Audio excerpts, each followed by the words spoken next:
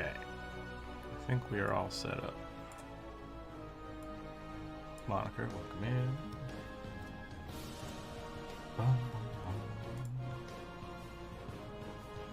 See if we can actually get everything loaded for once. That'd be great.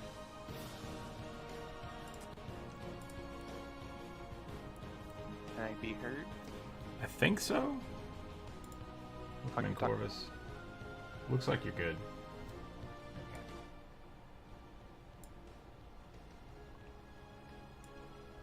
I just know Discord has been weird lately. Yeah, it's doing stuff. Happy New Year, everybody. Welcome in. Time to take a look at the old list of D&D characters. Oh, yeah. That's the way to do it. Okay, let me pop out the Twitch chat. There may be a discrepancy today in... Uh-oh. What did I do? That. It's not boding well for my brain power today. Oh, no. Welcome in, everybody. It is Wednesday, which is great. It is viewer suggestion day, which is great. Yeah. That's it. That's all I got. Let's start off with some rugbies. Hope everybody had a good Christmas and a good New Year. Well, I can't read that. Why can't I read that? My monitor's facing up. There we go. That's better. We got a whole bunch of stuff to do this year, so it's gonna be fun. Pencil. I don't want a pencil. I want a brush. There we go. Ooh, that's a bad color.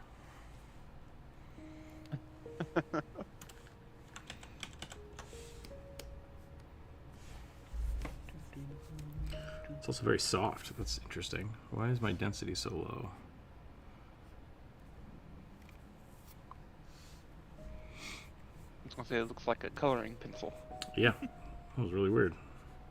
How you doing today, Corvus? I am okay. It's good. Ankle's still really sore, but I can walk on it, so... Is it swollen? It's still a bit swollen, so... I don't know, I may have tweaked it worse than I thought I did, but... It doesn't hurt so much that I can't walk on it. Welcome to being old. I'm not old. One day you wake up, you trip on something stupid, your body's like, you're old now. I mean, I've already been doing that like at an earlier age anyway, so it's just, I think it's more or less just my body not great. Body not good. We'll see how today goes. One of my YouTube shorts went kind of viral, which is cool. But I am worried I will never be able to live up to that ever again. Hopefully, all those people will come hang out in the live stream. But we'll see what happens. You got this. Yeah. You're not an imposter, I promise. I feel like it sometimes. A plasmoid artificer wearing a baseball cap. I had a bat, but lost it. It's just their body. It's just in their body. Gotcha. Do you think when was baseball invented? I think it used to be called stickball. Stickball? Okay, so stickball's been around.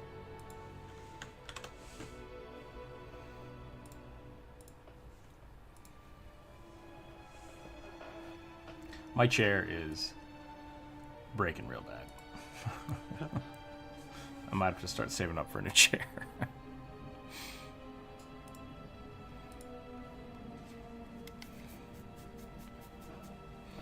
Let's see if we can get this rugby drawn. Rugby drawn. I have eaten so much just amazing and horrible food in the last month. My body hates me. 1800 is the wager. Also, Happy New Year, everyone. Welcome in, Helvin Hair. Way long odor. Like, American baseball, yes, 1800s, but basically the whole idea of like throwing a ball, hitting it with a stick or bat, which is a really old term. A baton? Yeah, it's 13th century. Shows a 13th picture century? of people. Wow. So that's what, 1200s? Okay. So, Neat. people throwing balls and hitting with sticks is super old. Neat. Thank you for looking that up. Yep. Moniker, We're my not only important issue with people. what you're saying here about like the ooze losing its bat is that's inferring that it's using its eyeballs to try to look for it. But like, shouldn't it just know everything that's in its body at all times? Thank you, Annabelle, for the posture check. I appreciate that. Does it have eyeballs? I mean, they're tremor sense. How? And... How do oozes perceive reality? Yeah, how do oozes perceive reality? Can they lose things in their body? In Assassin's Creed Valhalla, they had a little side quest where you essentially played baseball, but with literal rocks. Oh, okay.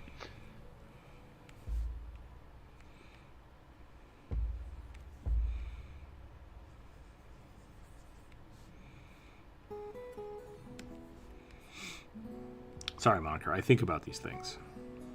Don't know why my brain's like this. It's actually a very good question I never thought of. Yeah. I've had a few people play oozes, so I've thought about these things. The existential dread of Rook. Yep. Never share anything you love with me because I will destroy it.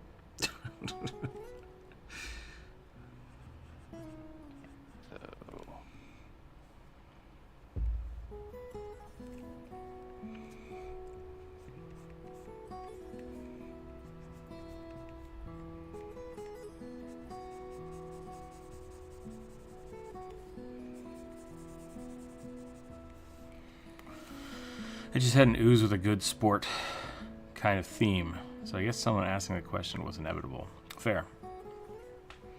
If it slides into home base, does it keep the home base? Does that count?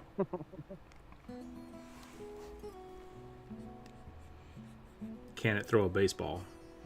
Or does it stick to itself? Does an ooze have control over its stickiness?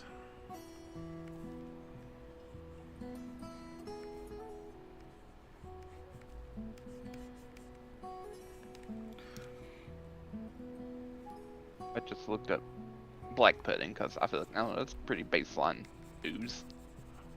Black puddings are terrifying. So in D&D, they have blonde sense. Okay. So, No eyeballs. and in Pathfinder, they have no vision, but they have a motion sense. So basically tremor sense. Yeah. Okay. So, but it's not just movement through ground, but just like sensing vibrations through the air. Sure. And stuff like that. So they have a very acute sense of touch. Yeah.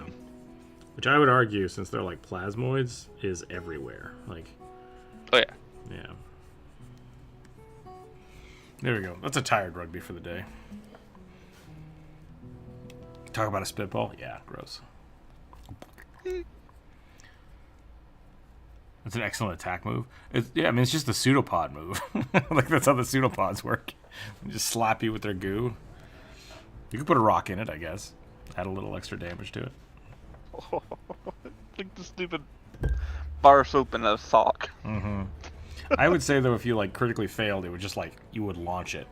And part of your body. Then you had two oozes.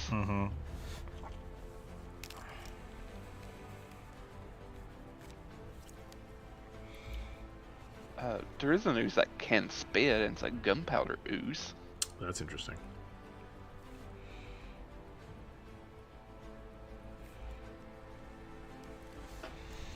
Oh, never mind. I misread it. It wasn't spit.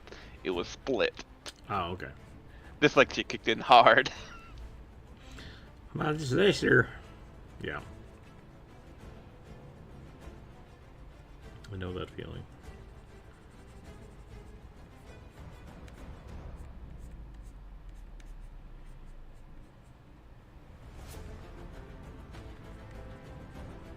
Okay. I think that's a pretty good rugby warm-up. I feel pretty good. I've been drawing a lot this last week, so making YouTube shorts and stuff. Cosmic, welcome in. My suggestion is a male shifter based on the Zolo Zucchini. I can't read that. Zoloicutuntile. So it's Squeetsley. It's the Mexican hairless dog we talked about. That's how you spell it? Yeah. Oh my god. That's the name of the dog breed. Okay. Say it again. Lord. Right? Cholo Exqueetsley. Cholo Exqueetsley. Alright. All those letters are there, but they're not pronounced in the place that I think they should be. Yes, because the Latin alphabet is not a great alphabet for other languages. Gotcha. It's not based on Latin. I'll put it on the list. I'll put it on the list. That's not based around things I know. It's different and I don't like it. It's fine. It's totally fine. Just because I'm in... Also, sometimes they will have mohawks in real life. Little chihuahua things? Yeah. Yeah. They'll have little tufts of hair. Hits things with a guitar. I like it. In my opinion, there should be mechanics for changing the properties of your slime as a plasmoid. Interesting. Like you want to be like a fire slime? Because I would argue that you could probably do that with the natural attack enchantments. I would allow that. If you're doing natural attacks as an ooze. And you want to have like flame powers. I mean, it works with skeletons and stuff. So I don't see why you couldn't do it with a plasmoid. I think that'd be fine. I got new dice yesterday, for Christmas. They're purple and fancy, and they don't have pointy D4s. They've made rounded D4s, which seem pretty cool. They're still four-sided, but the fifth and sixth sides of a cube are rounded so that they tip one way or the other. Pretty neat. Pretty neat design.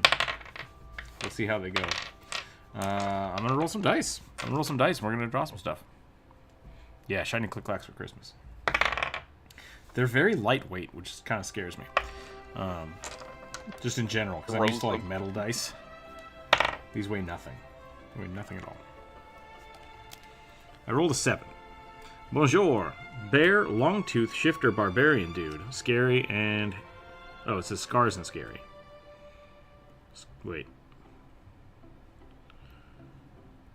How do you spell scary? This is breaking my brain a little bit. Stupid English language.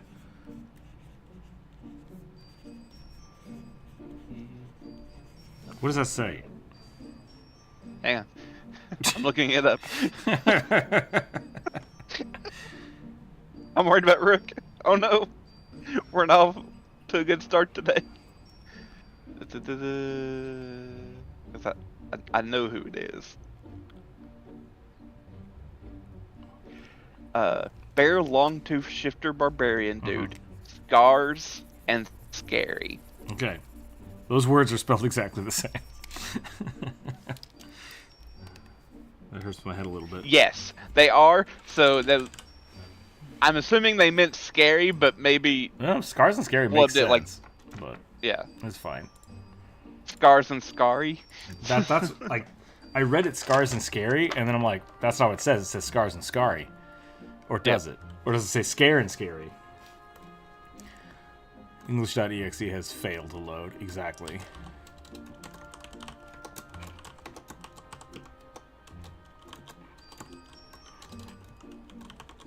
Putting up a post. Oh no, that is how you spell scary. Okay. Okay. I thought... my brain knew what it was and did it correctly. But then... Looking at second guess yourself. I second guess myself, and it just looks wrong. It just looks completely wrong now. It does. So scar, scary, and scream, I always, for some reason, get mixed up in my head. Like when I'm trying to spell it out, I was like, wait, is it this way or this way? Also sacred. Yeah. Sacred's a weird one.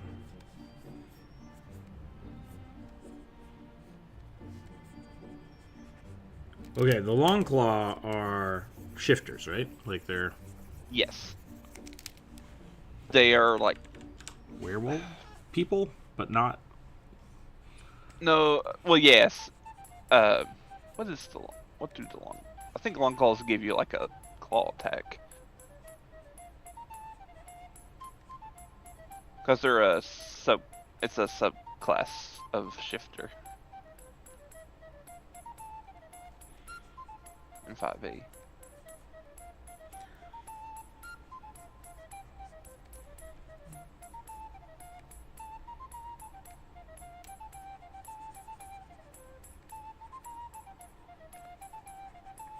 Oh, we're not even saying long claw. It's long tooth. Oh lord. The vampire dog. I like the Zolo dog. Sholo? Sholo, How do you, what's the X? Is it a Shaw. show? Okay. Yep. Looks like what the Chihuahua devolved from. I mean, I think it is. I think it is cosmic.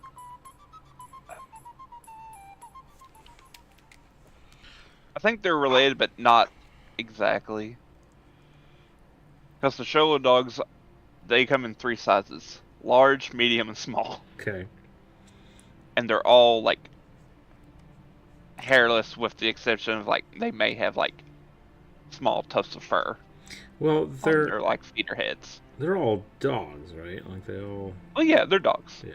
They're just hairless dogs is a really, I don't want to say common thing, but like there are 2 groups of like hairless dogs in Central and South America. Mm-hmm. Convergent evolution. There's the Xolos in Mexico and like Central America, and then there's the Peruvian Incan orchid dog, which is hairless and kind of speckled. Okay. Thank you, Animal Planet.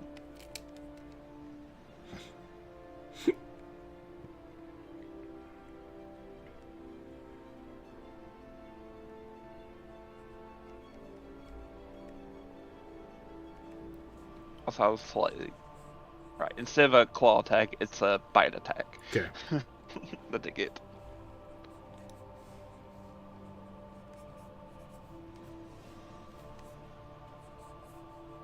So it's a cave bear.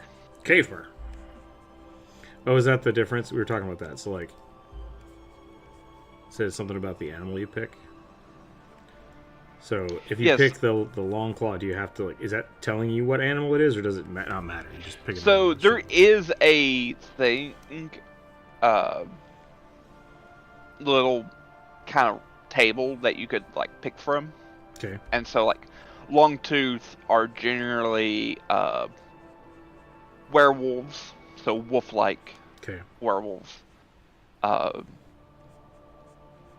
Beast hide is generally a werebear or wereboar.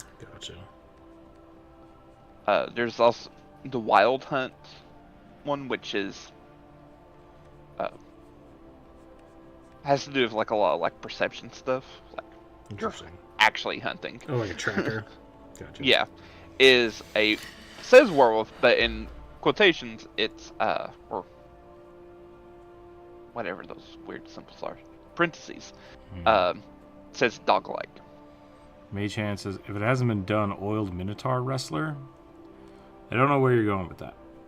Is that your character suggestion this week? Sounds like a druid suggestion.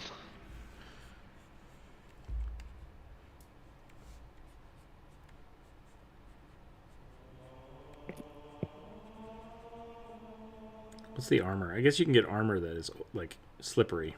That's an armor enchantment. It is. It still is.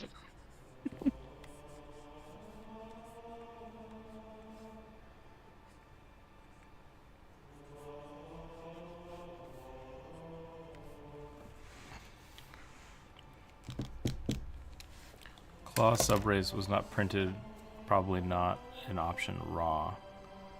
Claw subrace? Where was it then? That's weird. The shifter race, to me, felt like they did it just to compete with Paizo. Well, you would think that, but I think it's from 4th they were in edition, 3rd edition. Were they in 3rd edition? No. Okay. Yeah, because they're Eberron specific. Gotcha. But the 5e iteration felt very kind of rushed and unfinished.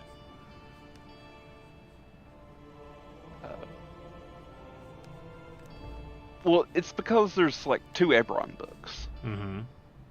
There's the one that came out in the DM's Guild, and then actually there's 3 of them. So there's like kind of a pre-purchased one that people got, and then there's like the what's it called? After the First War, or Rising from the Last War, Eberron book. And that was a which campaign, got a right? lot of. No, not in a campaign. It's just the setting book. Weird. Eberron is like perpetually set after their Great War. Right. So it's very much like 1930s, 1920s to 30s feel. So there was a Razor Claw shifter, and it got scrapped. Why? No idea. As well as a Cliff Walk shifter. Turn into a goat? Kinda, yeah. You gain a Climb while speed? shifted. You gain a climb speed of That's 30 pretty feet. great. Just scaling walls. I saw a short clip over the break of a tiny deer in a zoo pen, just like Oh yeah. going around the room up top. We'd like jump up and just like pew, pew, pew, pew, pew, pew, pew. It's pretty great. It was one of the little vampire deers. Mm-hmm. Earth Arcana. Personally, I will play anything that is lycanthrope. I mean, I think. Well, I have so many videos posted about me talking about lycanthropy, so go watch my videos. But what class is like a bard fighter? Wait, Lasagna, Barbarian. to whom are you asking? For the oiled minotaur? Because yeah, bard fighter would work. Gladiator would be pretty fun. Were tiger, that's pretty fun too. But yeah, I think lycanthropy can be done in so many different ways. A were hippo would be pretty funny. Just get like a massive bite attack and a swim speed. I guess hippos are pretty fast on land too, aren't they? They're just short distance runners. They can be, yeah. So they probably would have like a base speed of like maybe 25. Yeah, I guess their whatever would just be part of the charge attack. So you can give them normal speed, charge attack, and then a bite. Bite with a grapple.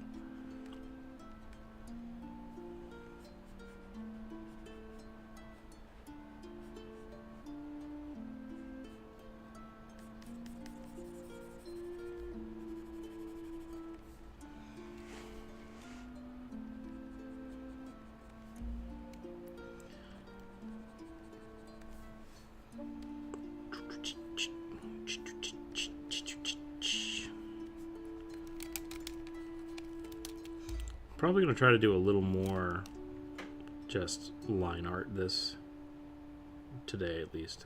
Maybe this week. Started doing a little more painting. And it, I don't want to say it broke me, but it definitely helped my style in general, and I'm trying to get more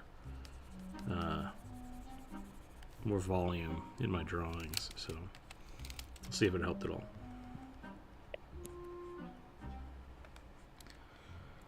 I wish the shifter abilities were more extreme. Yeah, there's also my problem with the Pathfinder shifter class, which I like. I like the concept of, but they made it like specified for trying to become a chimera, and so you get a lot of different bites instead of like being able to just make like go from bite to like bite and a grab to swallow whole. I think that would have been a lot cooler, like upgrading a certain type of bite. or a certain type of ability. I think that would have been pretty cool.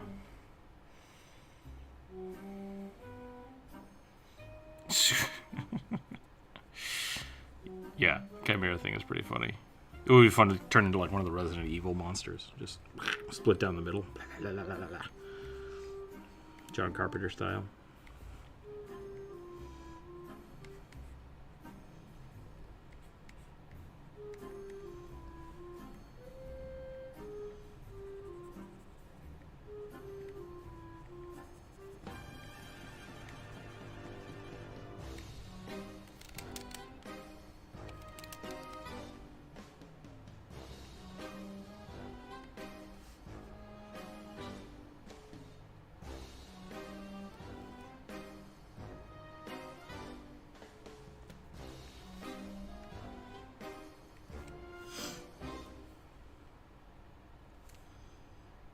I'm not making this guy very beefy. How can I make him beefier? That's the question. The Captain America muscles, I guess. Just unnecessary biceps.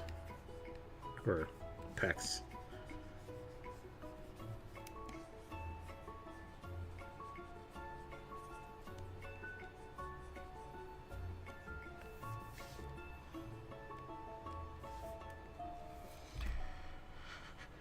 I've seen some interesting homebrew on Spider Folk or Spider Blighted? Versions of it. It's like where Spider people? Shifter was much a battle wild shaped druid like class. Yeah. I don't want to be a Frankenstein creature. That's pretty good. Yeah, or you could just be like the Anati, which is just like weird spider people. Isn't there like a space spider people too from Starfinder? I think there was. That might be the Anati as well, I'm not sure. That's not what the universe needs, space spiders. There's a very good chance that if we do ever meet like weird, horrible alien creatures, they're probably going to look like crabs. Just putting that out there. It's a pretty good body plan. But that's assuming that whatever is alive grew up on a planet like ours, so maybe not.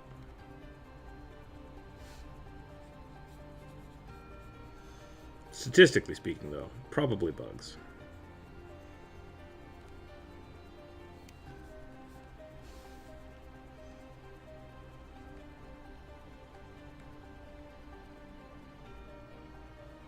I just found out how the bear guy from Baldur's Gate got his face scar, and I don't know how I feel about it.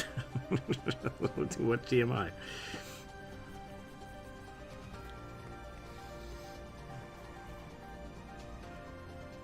The Were Spider from Spider-Man in the 90s cartoon? Yeah. I have that action figure. It's so good.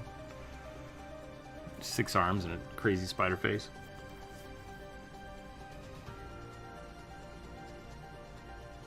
Tyranids are real. Are they those bug people from 50k or 40k? 50k. I just learned about the Halo devices the other day. Warhammer's messed up. That's all I'm going to say. I don't know if the people that write it are messed up. But like the amount of eldritch bullshit in that game is just mind-breaking. Which I guess is kind of the intent.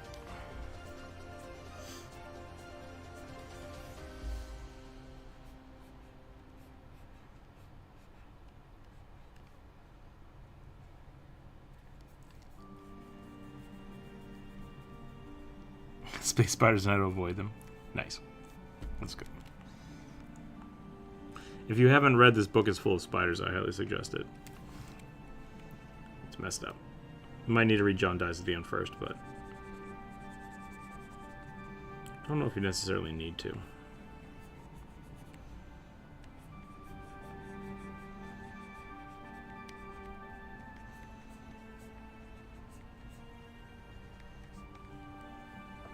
Okay, I think I'm done with this. I'm done with this bad boy.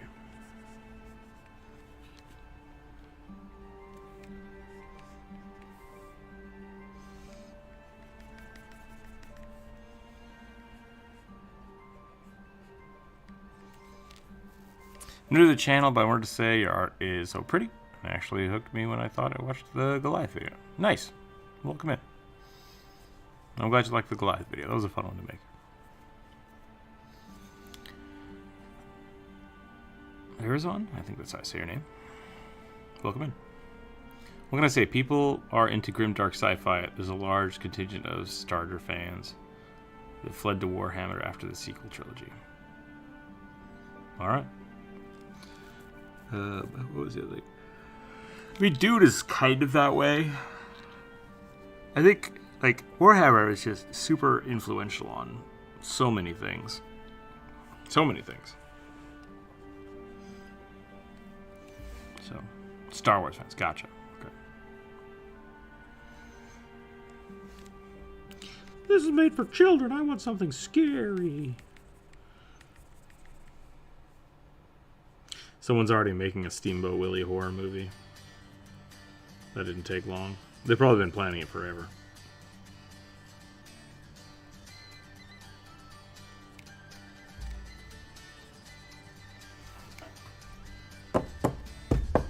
Yep, I think we're done with this one.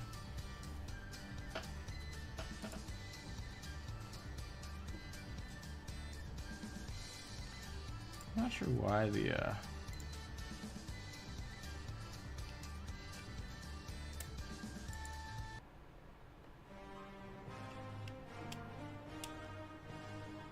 Sure, let's do that.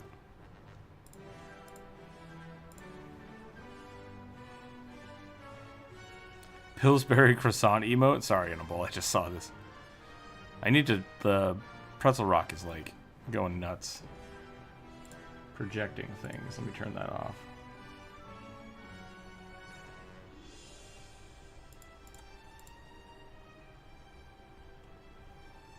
Okay, we'll do that. What is that? Is that... I mean, it's the tiny goblin. Oh, you put a little hand on it? That's funny. Poke. That's pretty cute. I do love that rugby puppet.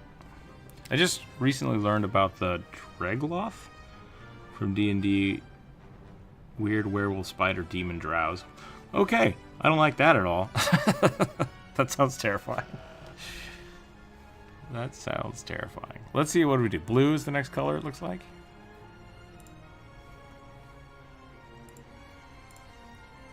I'm going to have to move that anyways, so let's just put that over here. Can I close this? No, I cannot. I can close that. Okay, good. Yeah, I was referencing the tummy pokes from the croissant. Gotcha. Okay, I understand. Can my mods start and end the polls, or is that just me? 'Cause that would be awesome if I could make other people do it.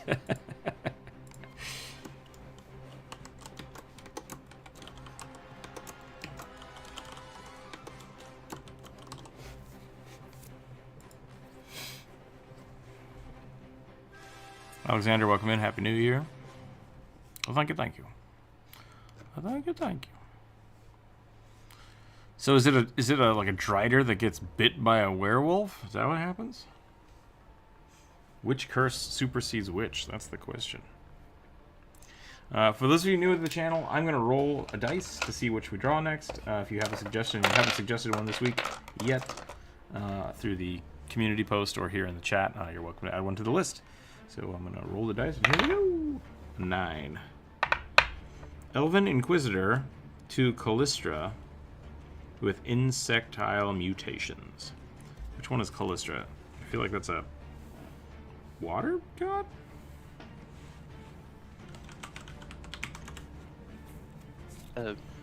Beat wasp goddess. Ah. From Pathfinder. Of Lust and Vengeance. From Elysium. Also, so the thing I was talking about, they are half fiend drows.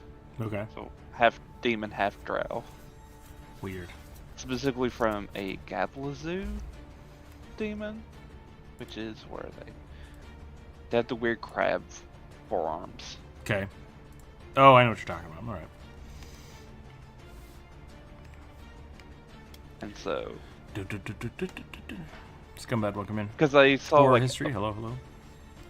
family portrait of the very fancy drow dude who's like frenemies with Dresden, not Dresden, but Dritz.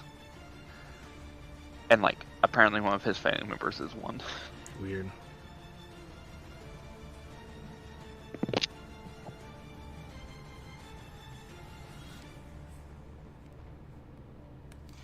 Did I read this wrong? Hold on.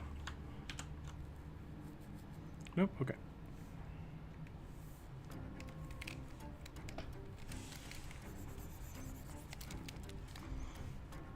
Drowser Aussie in my head canon. Hmm?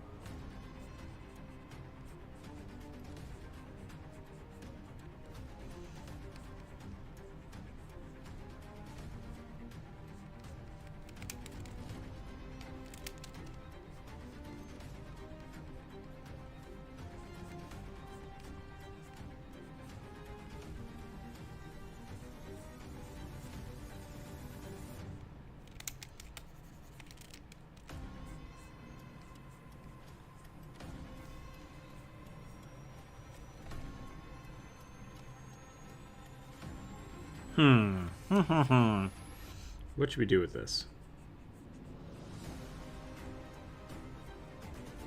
Insect mutations, huh? If they're a wasp, like, we could just give them a wasp body. Should be pretty creepy. Or we could give them wasp arms. That would also be pretty good. Maybe the wings.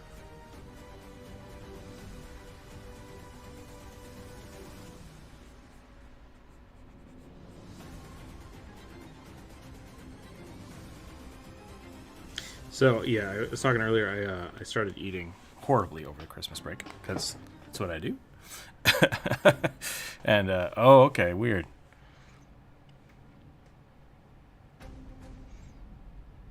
So they just, like, willingly fuse with a demon?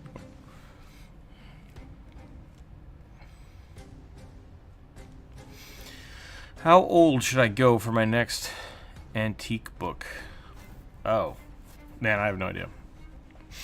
I tend to not buy things based on age, I based on content, so I just try to find the best book you like.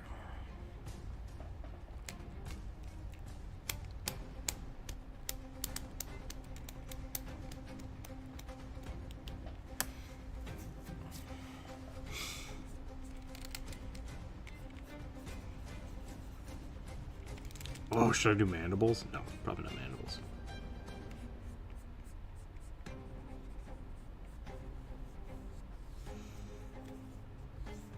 I feel like if you have a wasp, though, you need, like, the...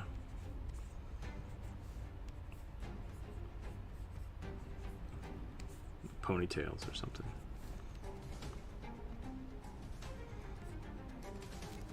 Maybe a big wasp looking... one ponytail? Big old bug eyes? That would be horrible to look at.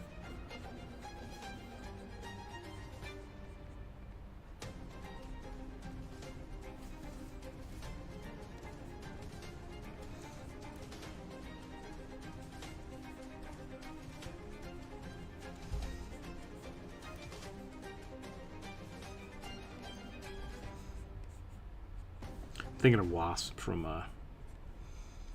Guardians of the Galaxy now. Is that her name? Doesn't seem right.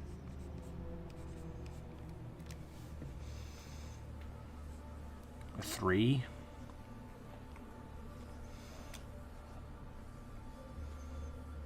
Mantis, yeah, sorry. Thank you. Wasp humanoid is such a scary concept. Gives me the jaws and split in the middle. Yeah, that's not good.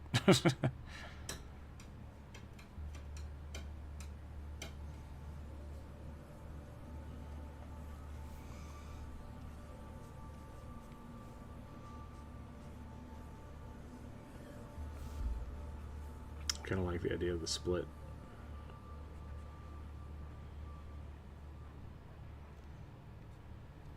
Biz.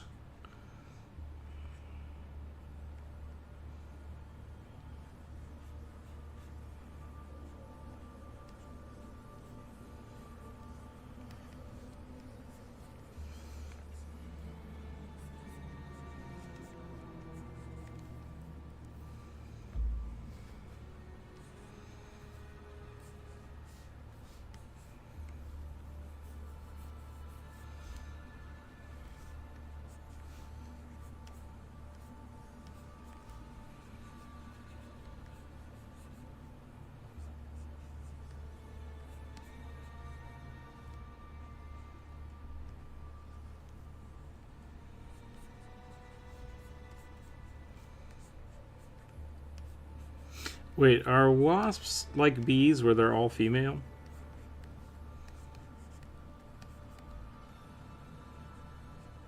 Do wasps have a queen?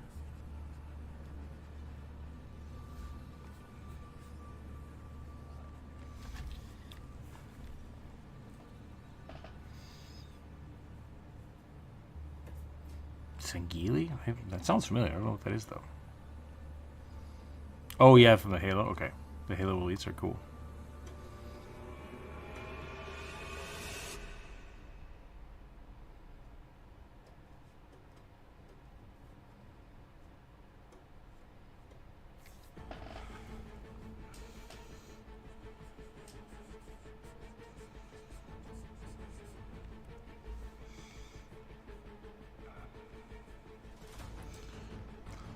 You know, whatever floats your boat.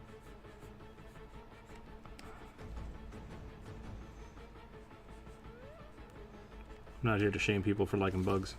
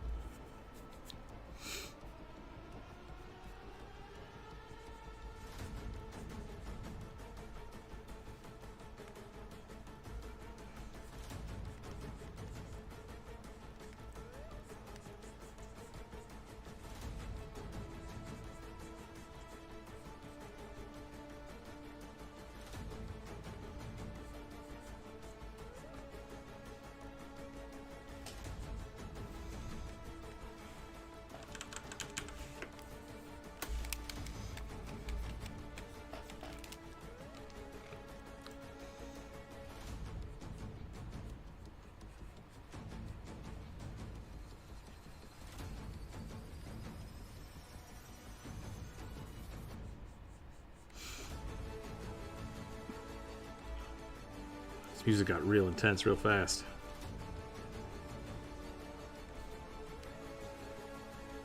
I think this is the World of Warcraft playlist again, which I'm not opposed to. Only female wasps have stingers. Oh, interesting.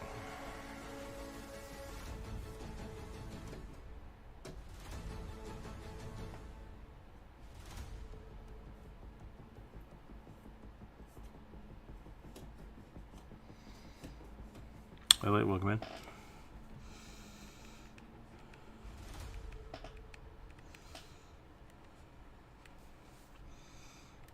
We're drawing nightmare fuel.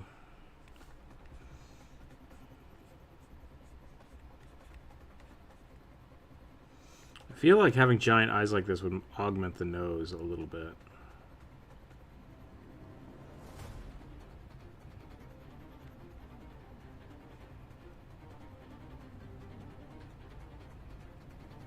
But I'm not sure how exactly. Maybe I just made the eyes too big. It's probably fine. This is the Callistrian Inquisitor. Yeah, I think so. I believe so, yes.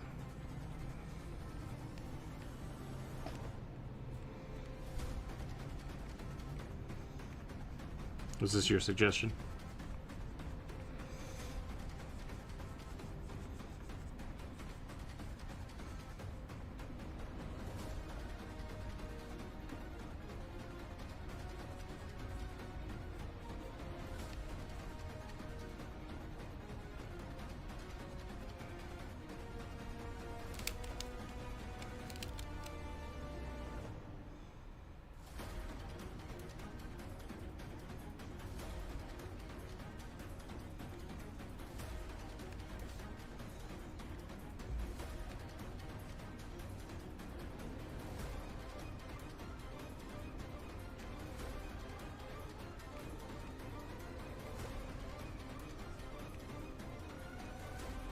It was.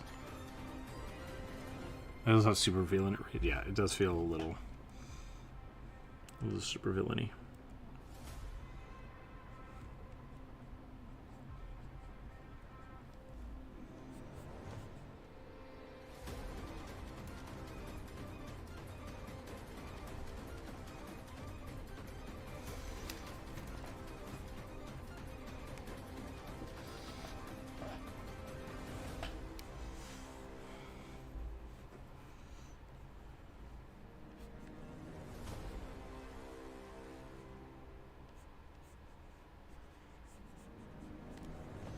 How's everybody's new year going? Any fun new challenges or exciting plans for the year? New jobs? New hobbies, new plans?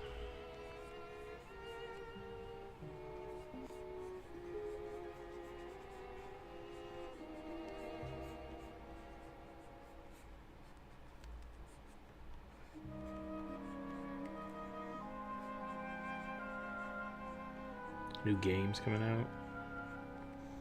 I think this should be a good year for games.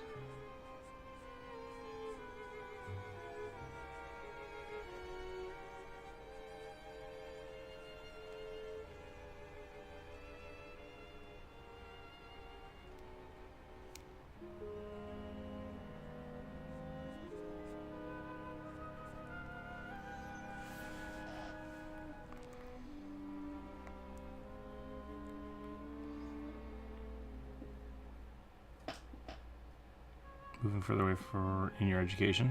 That's fun.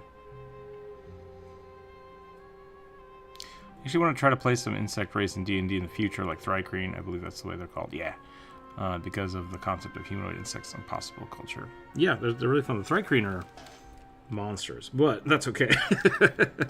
Thrycreen are, I think, intergalactic slavers, so...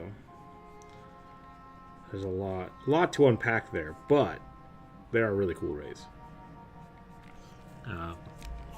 Yeah, multiple limbs, slight psionic abilities, which is kind of cool. Everything in. To be fair, though, everything from where they come from, which is the Dark Sun universe, is kind of psychic / slavery based. So you kind of have to toe that line, anyways.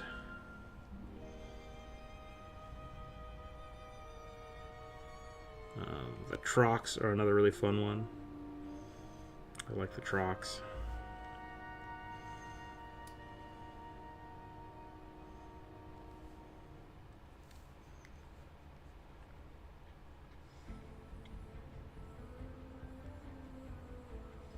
Trying to think.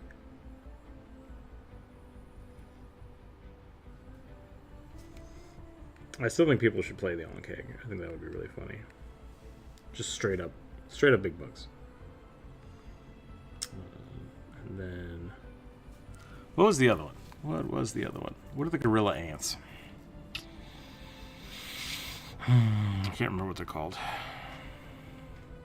Devoran from Mortal Kombat. Yeah, are they bugs? Is that what they're supposed to be? I'm not versed in Mortal Kombat lore.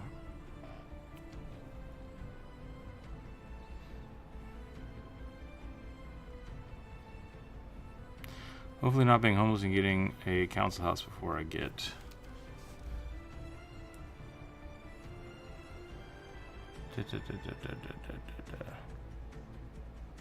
Before I get evicted. Oh yeah, that's rough. That's rough for work history. I hope you do find something. Wish you the best of luck in that endeavor.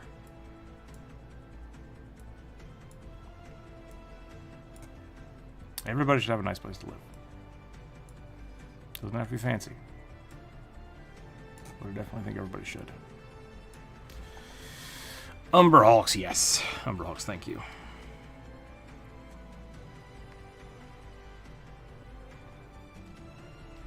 Love me some morally questionable races in D&D. I always make my characters such species into such nice people because it's fun.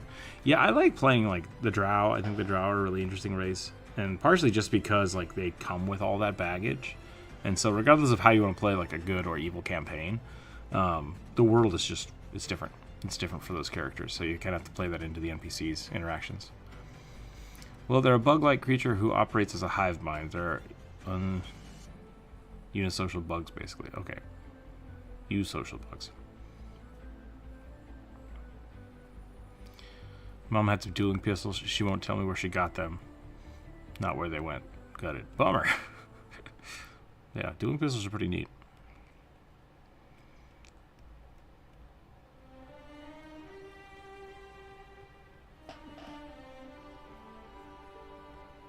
High up on the list. Well, like I said, I hope you get the assistance you need, because that's important. It is important.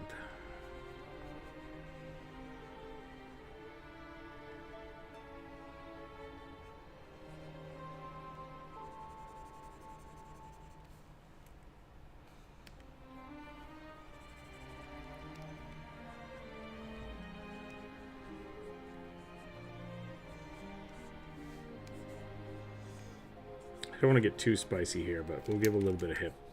We'll show a little bit of hip, and then we'll move on.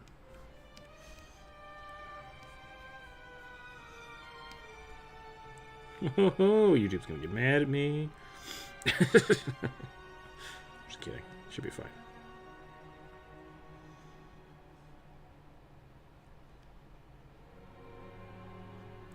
Come check out my Twitch channel later. Blah, blah, blah, blah. Oh, Twitch. We are streaming on Twitch if people prefer Twitch, but yeah. I think we have intervals over there. Yeah. Oh, Alexander posted something a while back. I'm sorry. It got drowned out by the channel. I'm a designer. If you're looking for a type of art, kindly let me know.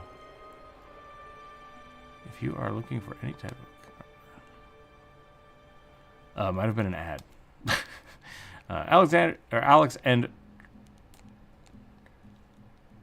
I can't tell if your name is Alex and Grace or Alexandra Grace. Alexandra Grace? I think that's what it's supposed to be. Alexandra Grace? Could be. If you're still there, you're welcome to join the Discord and post stuff for the promoting of yourself, if that's what you would like. I Dominic, need thank you for healing. drinking your water. Drink my water, I suppose.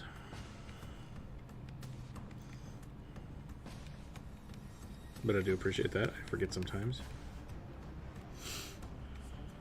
Creepy bug hands, creepy bug hands. Here we go.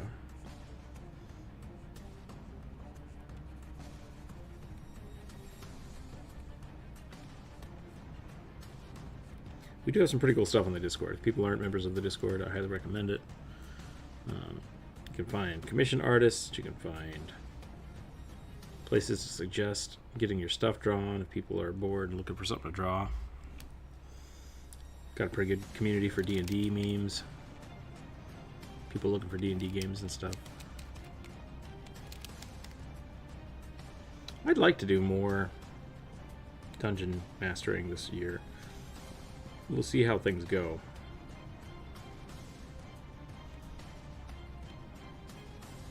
I got some stuff going on that we'll talk about later, but it might be a busy year for me. We'll find out.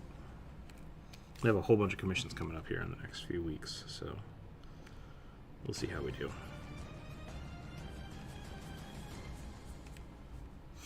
We'll see how we do.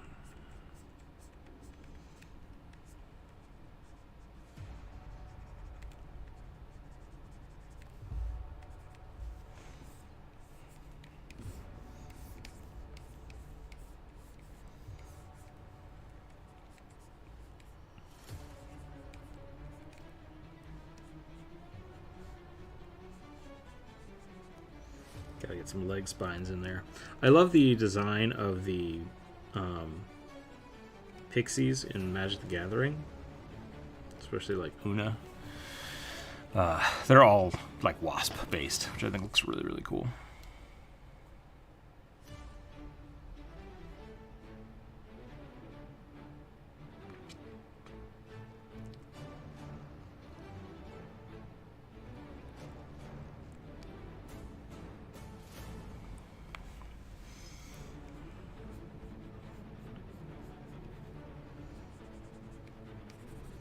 weird, creepy bug skin. I keep saying creepy. I hope I'm not harshing anybody's vibe. But bugs are creepy to me. Which is fine. They still look really cool. But they give me that. They give me that like, ooh, creepy.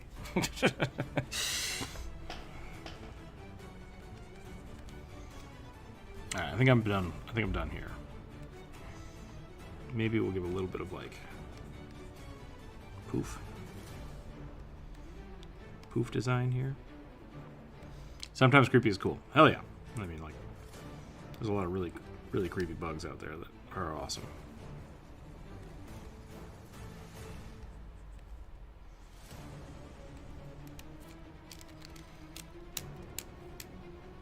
So this character has both ears and antenna. Or are those ears small wings with those on the back? These are ears. These are antennas. And they have 4 eyeballs too. So there's a lot going on. There's a lot going on.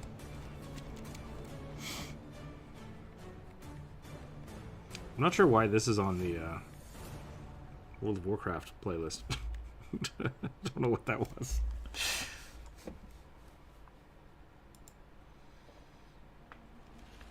Hello, sorry for bothering you. I'd like to offer promotion for your channel, blah, blah, blah, blah, blah, blah, blah, blah, blah, blah, and no thank you. I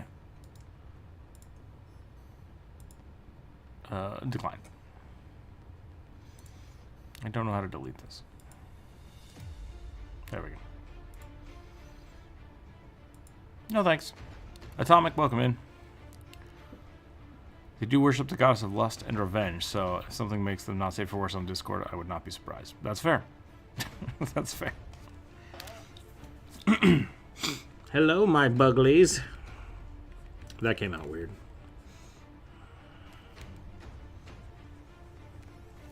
That has a different meaning.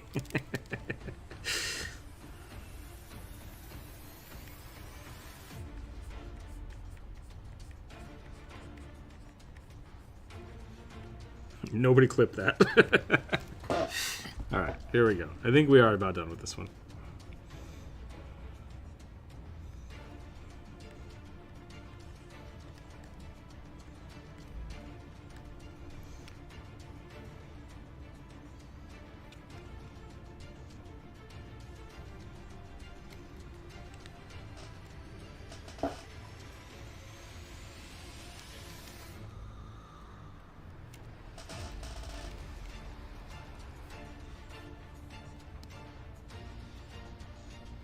I think I'm gonna make pizza for dinner tonight.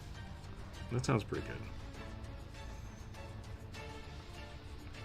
But I also want to make I want to make more chicken adobo because I haven't made chicken adobo in a long time.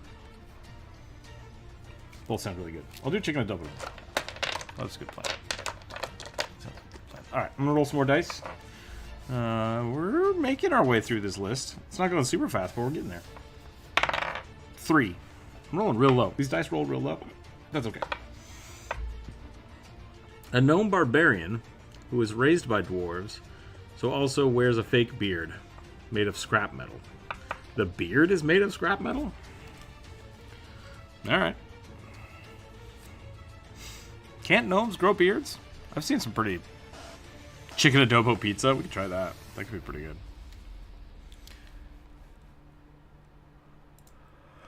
Let's check the poll here real quick. Let's see. Colors has won out over nope and blue. So we will go ahead and draw in some purple. We'll start a new poll up on the YouTubes. If you're in the YouTube chat, please click the thumbs up button, because, you know, I like making money. Share it with your friends. What colors should we do the next time?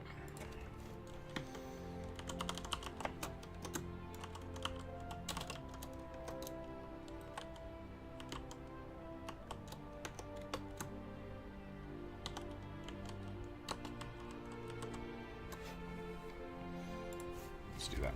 Okay.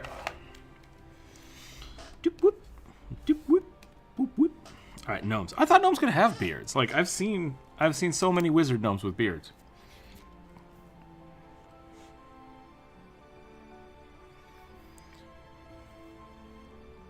Ah.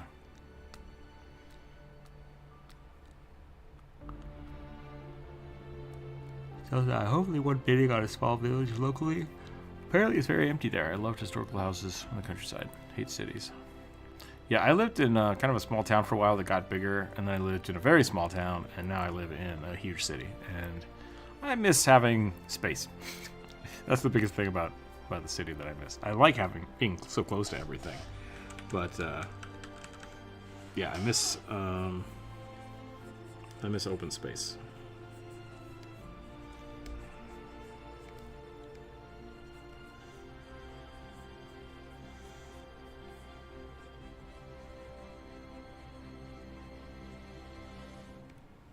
Been thinking about talking to some of my friends and seeing if we could like band together and buy some land somewhere just to have like a spot to get out of the city.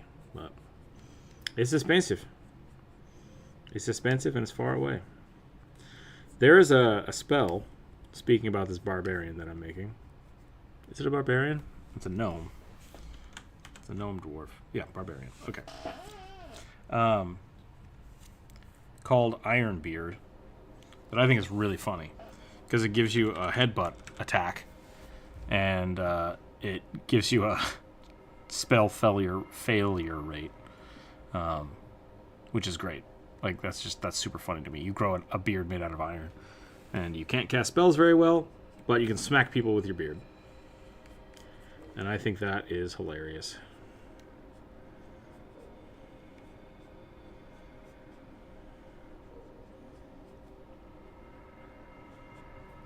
It always makes me think of that guy from Alita Battle Angel who's got the little tiny like knife for a goatee.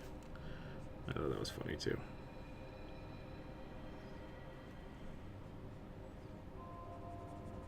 He's a total tool, but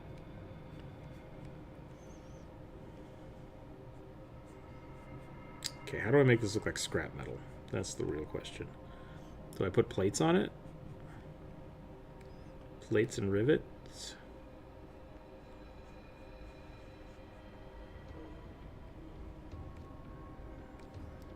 It's gonna make him look like a cat. It's gonna look like a metal cat.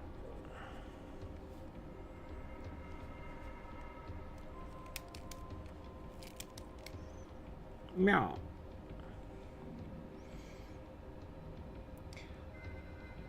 Metal mesh is used to clean dishes. Oh, like a Brillo pad or a scrubby. Metal steel wool. That could be funny.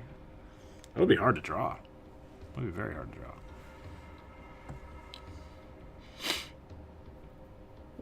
On the flip side, also probably why things cost so much in the local shops.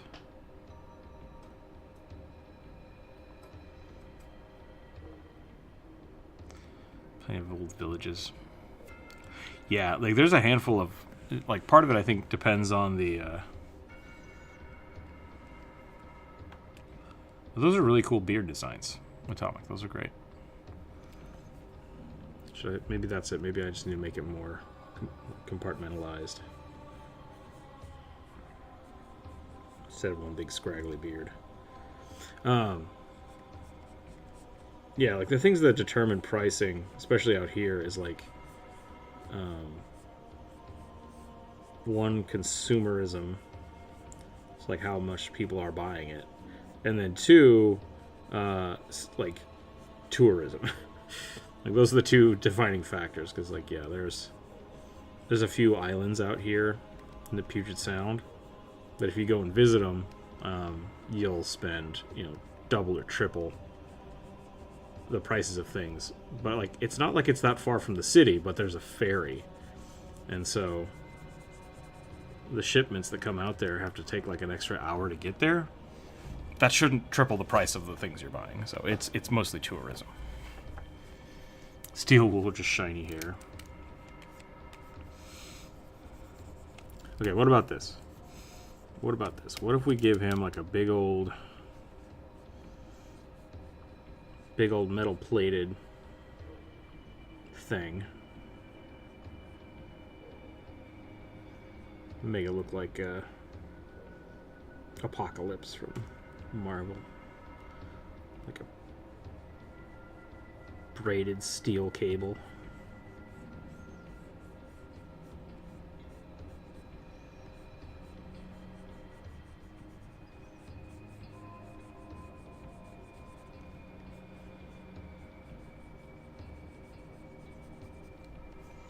And then on the outside, we'll do like the Brillo pad.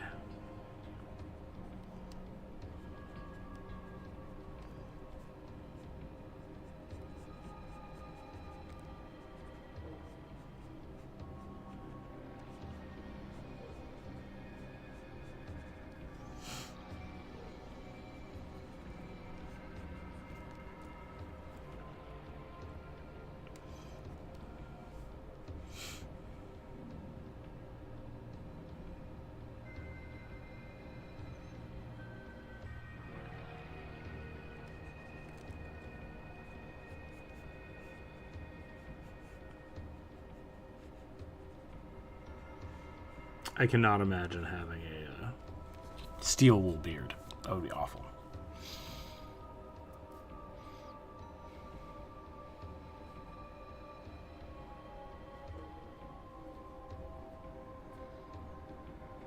So, like the few Transformers that have facial hair in the movies, right? You know, I haven't seen a lot of the new ones, but I think one of the guys, he had chains. He had like Chainbeard.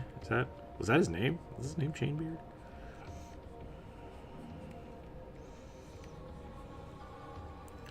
I should probably watch those movies.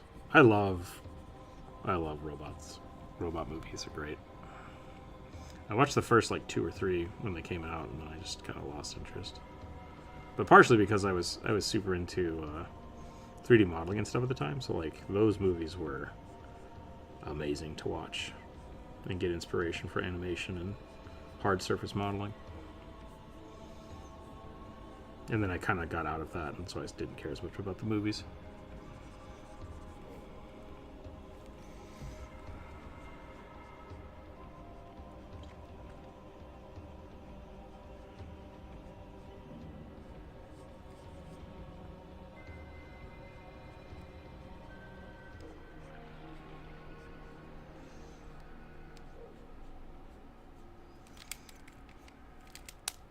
Anybody get any cool games for Christmas worth sharing about?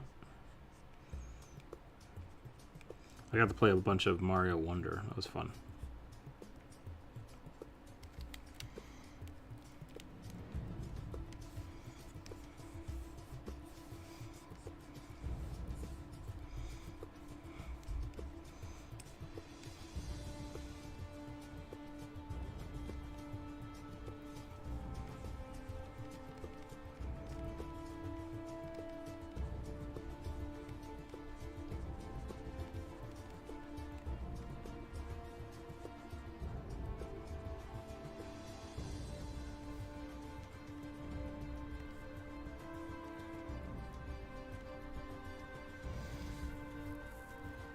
What was that about Christmas? I was just asking if anybody got any fun games.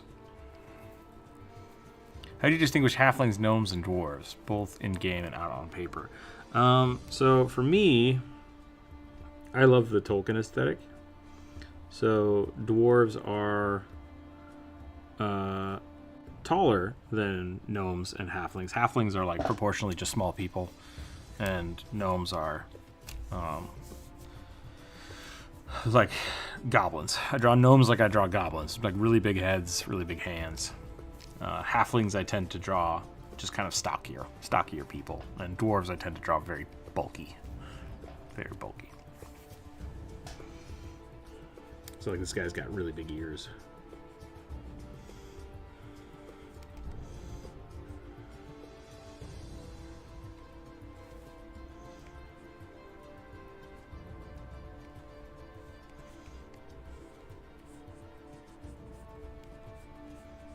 It would be hard to tell them apart unless they were standing next to each other, I guess is the other way to say it.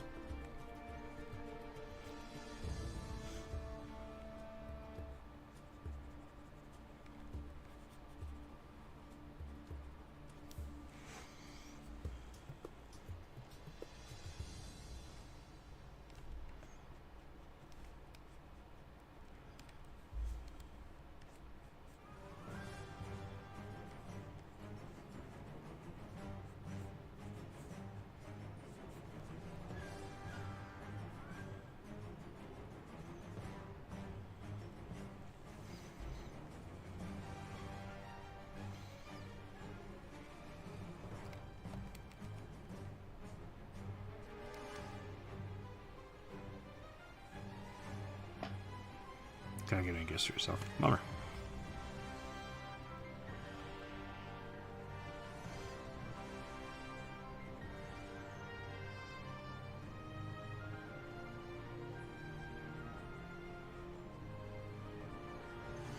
That is the way of things, though.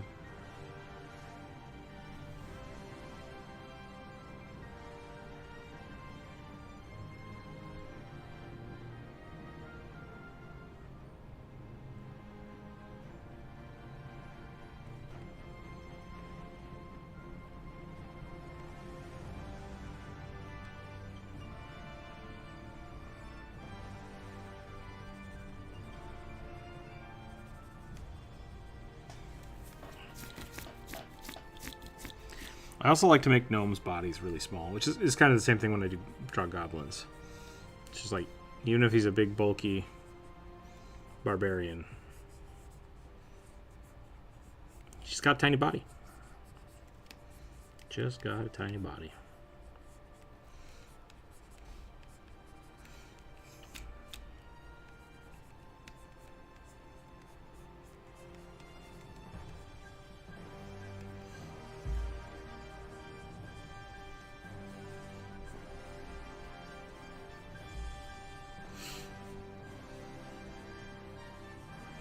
I need to work on the next video soon.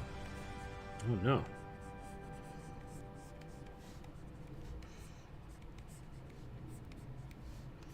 I'm getting a whole bunch of subscribers and stuff from the YouTube shorts, but I'm seeing that like the YouTube short people don't watch the videos, long form videos. It's like, well, that's a bummer.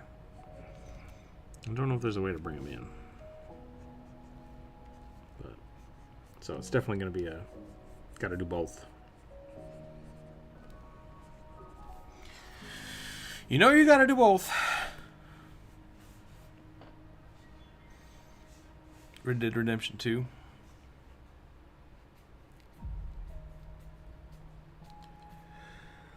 Supposed to be pretty good. A little bit of Americana.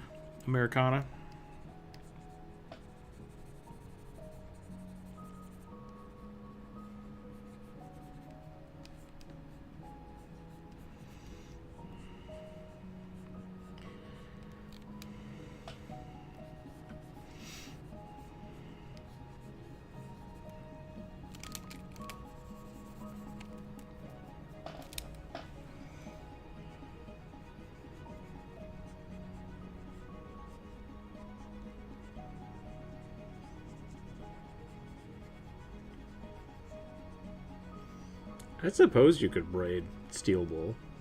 Just a pain in the butt. LG, welcome in. I came in from shorts and I haven't been shown videos nor lives. I found this as a fluke. Nice. Well, okay. Hopefully we'll find something fun for you.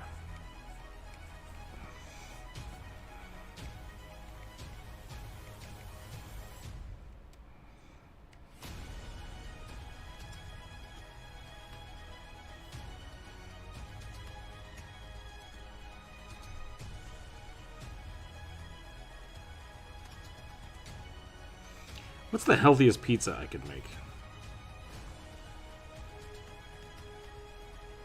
Just a veggie pizza sounds pretty good, actually. I'll give this guy some earrings, and I think we're going to call it.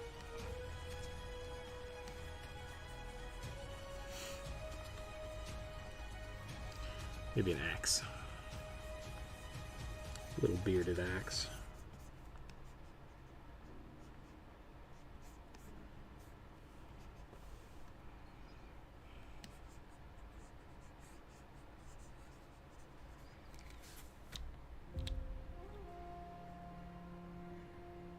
Chicken adobo pizza. I mean, it could be pretty good.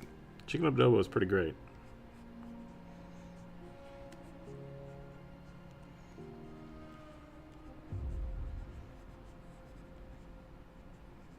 It's hard to beat that vinegar.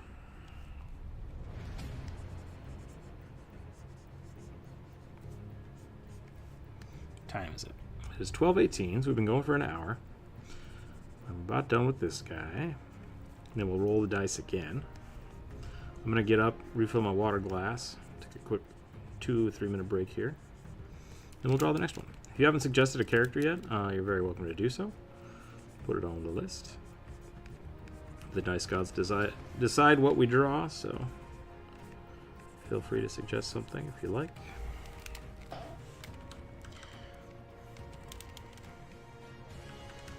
This feels like a very dwarven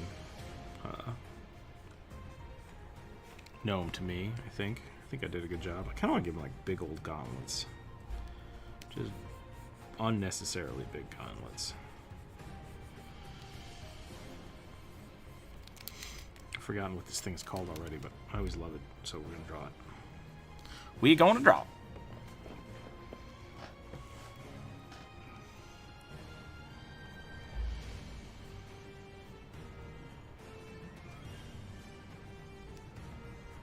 Give him some thumb armor, because thumb armor is great. Do something like that.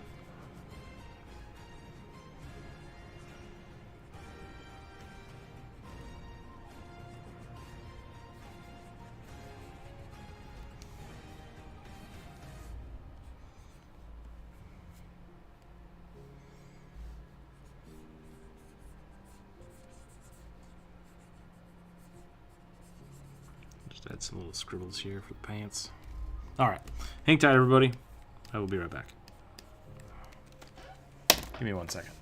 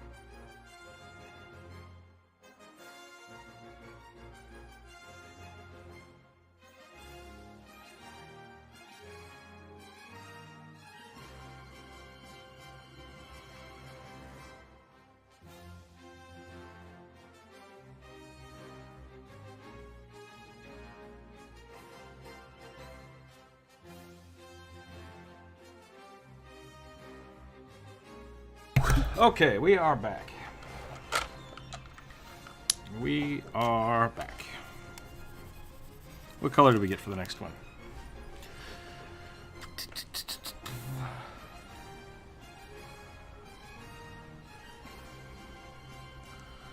Matter of perspective, some people can probably tell just from one look that you're one of the gnomes. Other than dwarves, just never know.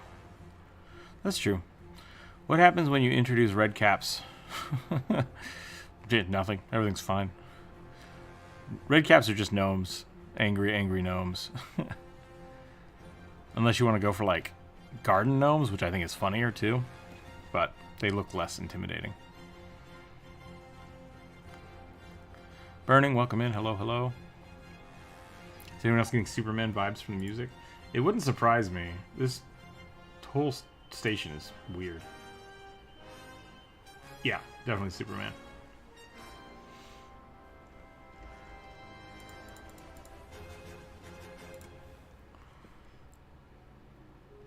Red caps are just angry garden gnomes, yeah. Okay, here we go. Rolling some dice. Natural 1.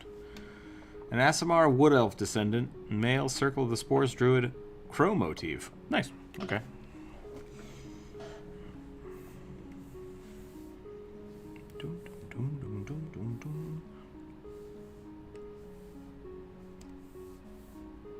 How you doing today, Bernie?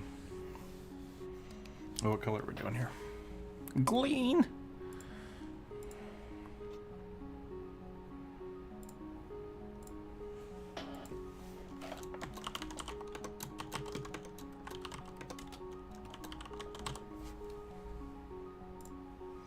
We'll see how green looks on this paper.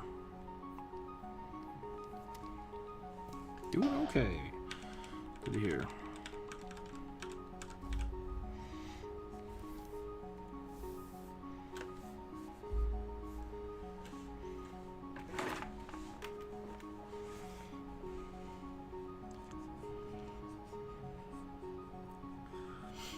You say crow motif, but that just makes me want to do a crow helmet. So I might do that.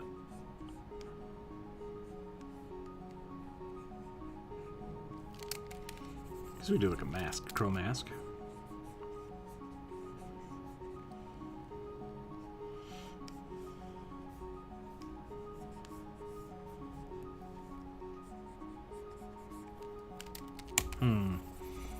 It's a good pose for this.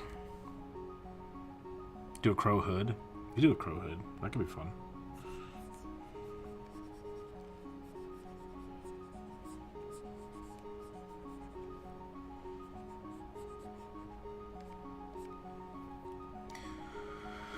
I wonder what each D&D language looks like written. What is the goblin alphabet? Are they even literate? In Pathfinder, goblins hate the written word, so they only draw pictures. D&D, I don't know. D&D, I don't know what their rules is for goblins. I think the Dwarven language is supposed to be very square. Elven language is very scrawling and script-looking, like runes, because it's old. There are a couple books that talk about these kind of things. But I think it's really up to the people to, like, do what you want for your own game. So...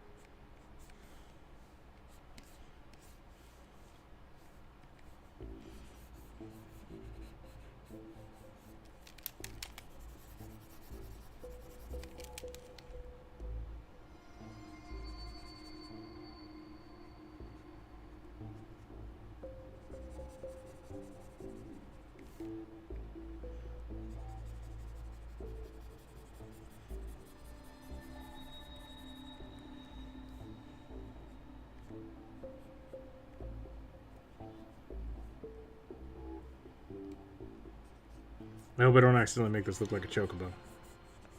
That could be really funny. Recently finished my MSQ for the Final Fantasy XIV currently, so now, for the first time, my quest says to be continued. Pretty good feeling. Nice. Congratulations. It's a pretty good story. Tatara is still my favorite character.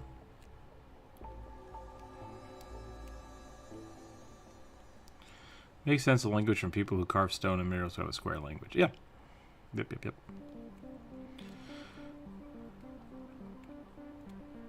Would Elven just be Pig, Latin, Sylvan? I mean, I think Elven is Sylvan, isn't it? Do they have their own?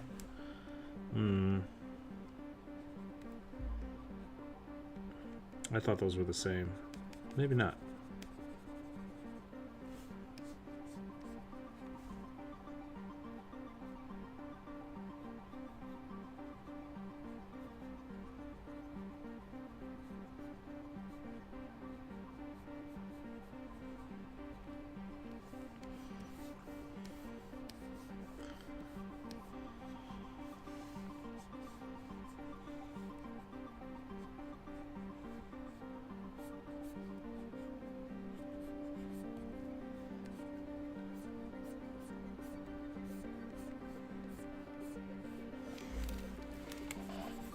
I'm drawing too much detail and not the rest of the body first. I should be doing the body first here.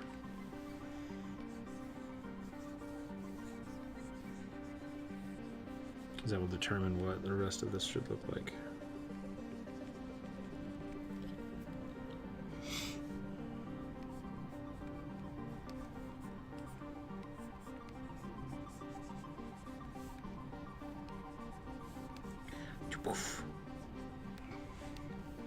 What was this supposed to be?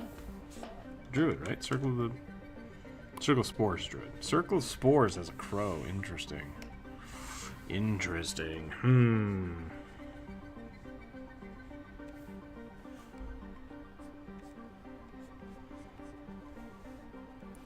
I haven't drawn Antic for a while. Who's my ice ninja. I always make him have a crow mask. A little hood on it. Elven is different. Okay.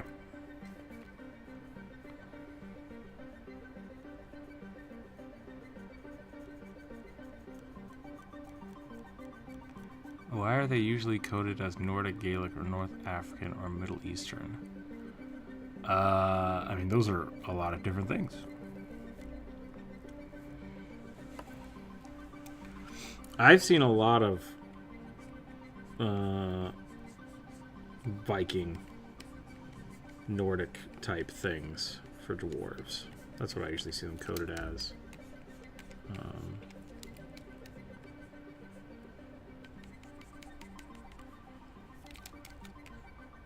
And I never really understood that to be myself.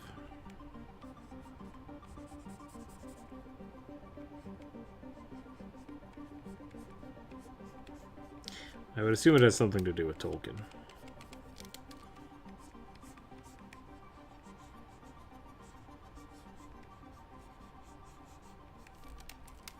A lot of his dwarves are inspired by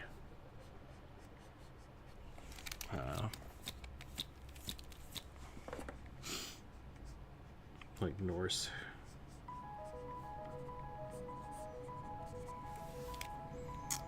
Dwarves carve text into stone and metal or clay. I don't see why not.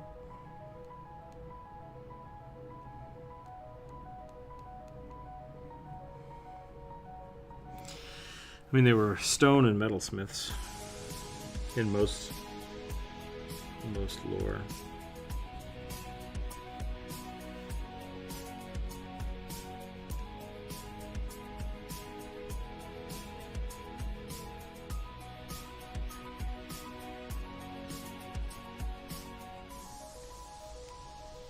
To be fair, like, I mean, if you're going all the way back to like the Dark Elves, not Drow, but the Dark Elves, which is what I think a lot of the dwarves are based off of.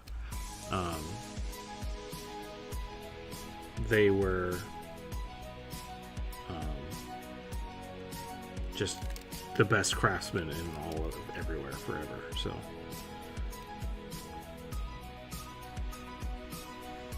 that would have been. Like the people that crafted Thor's hammer and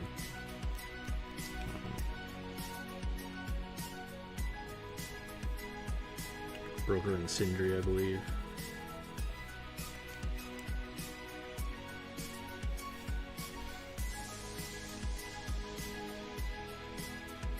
I think they were stone elementals, kind of like that. That was the thought.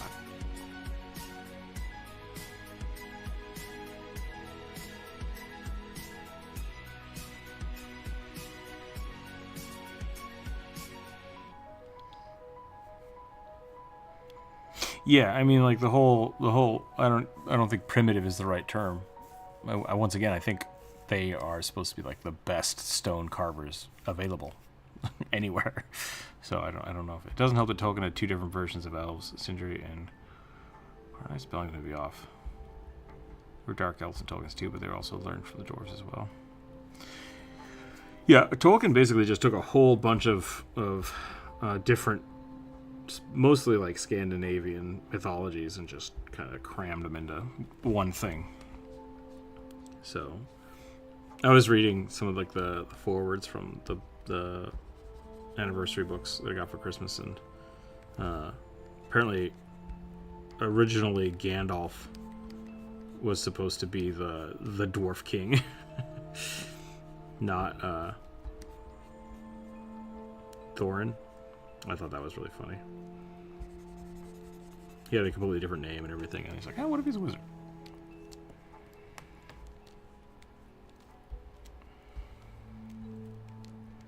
Right. I guess what I'm wondering is where the if you're just out of the blue saying that people think Vikings are primitive, I could understand that being frustrating. But I didn't think we were talking about that, so that's why I was a little confused.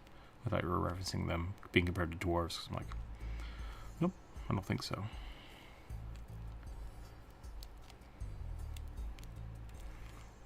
I guess I'm basically asking why dwarves are traditionally based on Vikings and the Scots. Yeah, because that's where Tolkien like directed them essentially. Like,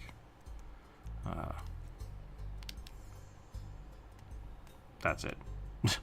Most fantasy things spawn from Tolkien. Everything else is folklore, which is not pulp culture. Which is why there's like 1,000 different depictions of goblins and elves from all over the place that are all different. So a lot of the fantasy ones are based off Tolkien stuff, though. Because that's the history books he had access to. Yeah, probably.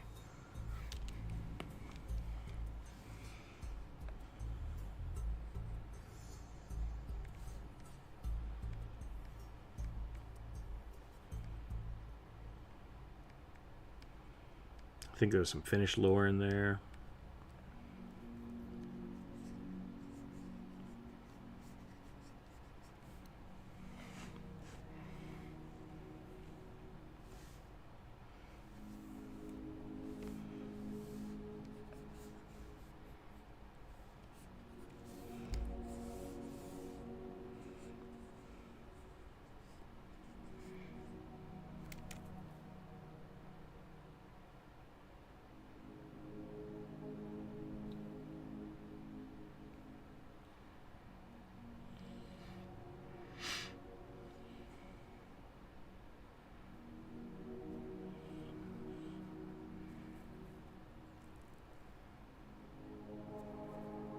Yeah, so like I'm reading this,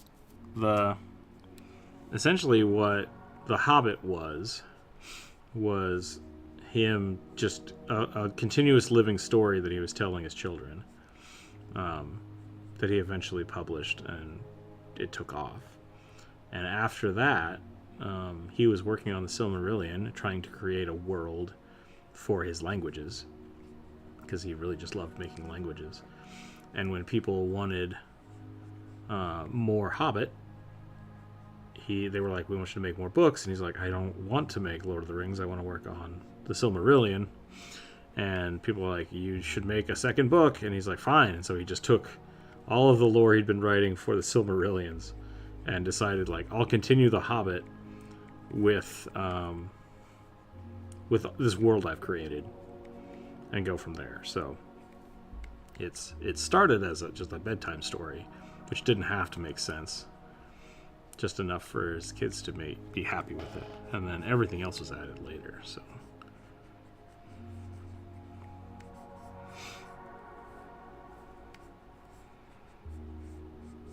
don't take it too serious. Don't take it too religiously. It's just one guy's story that everybody loved, and more stuff has come from it. So it's great.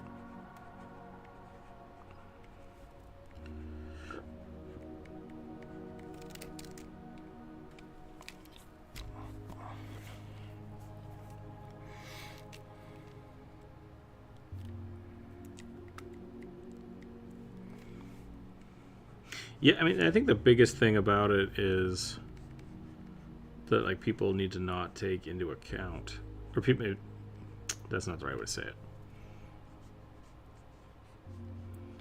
Just because he used the word elves and dwarves and hobbits, like, that might be representative of something, those are so ubiquitous across so many different cultures and mythos that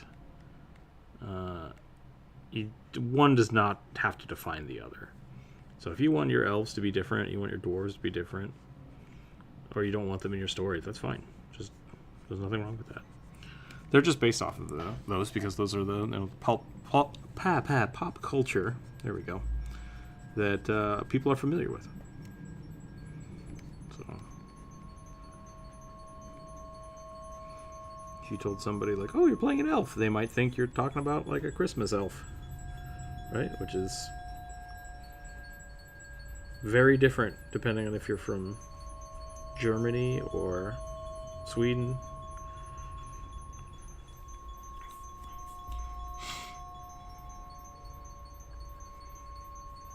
Don't take it too seriously. Trying to get some more mushrooms on this. I feel like every spore druid needs to have a piece of wood with them so they can grow mushrooms in it. Just makes the most sense for me. I want to have big poofy sleeves. Like the crow do. Just big old wings. I think a lot of the actual mythology of creatures is way cooler. I've not read Tolkien or got into Lord of the Rings either. Yeah, I mean, it's great. It's really, really great. There's tons and tons of lore out there that you can dive into and take for Dungeons and Dragons or story writing. But yeah, a lot of what Gygax wrote for the original Dungeons and Dragons was Tolkien based. So, like, because that was the pop culture thing at the time. And so we always reference that.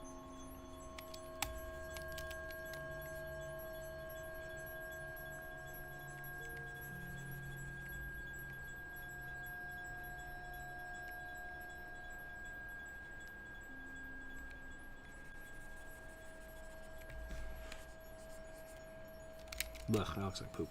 There we go.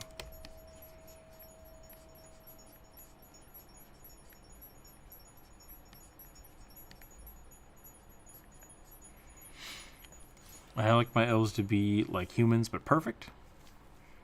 For their original environment, they're human as super adaptable. Elves are most genetically specialized in surviving their environments. That's interesting. I want to try playing D&D. Never tried it. Yeah, it's really fun. It can be really fun. One of my cousins decided to start trying to play it with their kids, and they were just like, I don't know what I'm doing. And like, yeah, it's complicated. It's very complicated. Don't feel bad. So I might start making videos on how to help people get into DMing, so they can do that. I think that would be fun.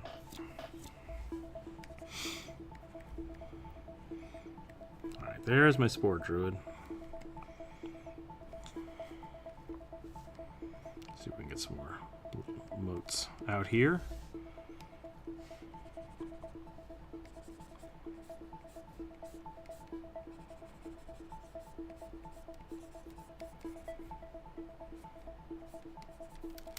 I tried to do the D&D Pathfinder, or sorry, Patreon D&D game a few years ago. And it got really complicated to try to get people to play, but it might be worth trying to do another small, like, interchangeable Pathfinder 2e group. But that might be a little too complicated. I don't know. I don't know.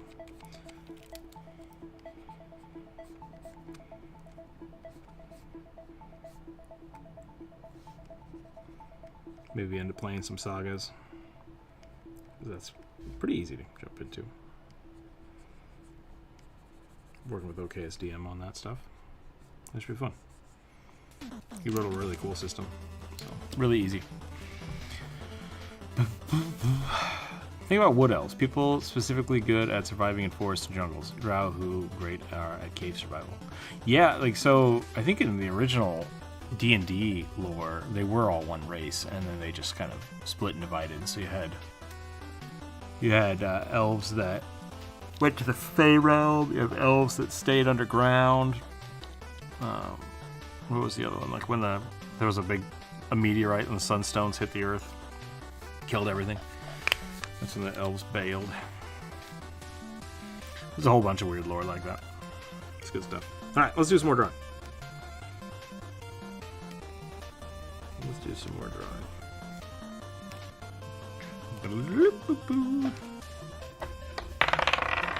15. Space Elf, Swashbuckler Rogue. Corsair of the Astral Plane in all her glory, with rose-themed rapier. Alright. The Space Elves are super cool. I dig their helmets and stuff. Purple? Hell yeah.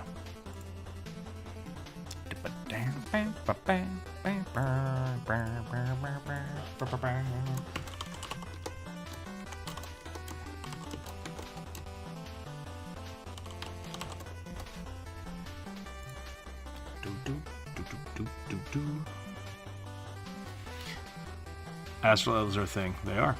Yep, Astral Elves are a thing.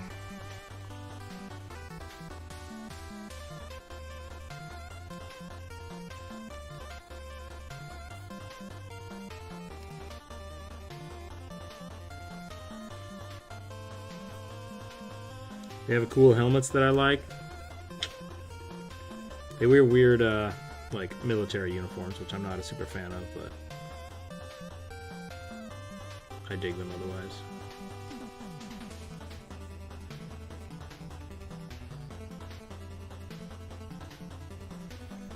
I saw a little bit of Age of Ultron over the break. Ultron looks great. Like, it's such a fun design. It's so simple and sleek. Freaking love it.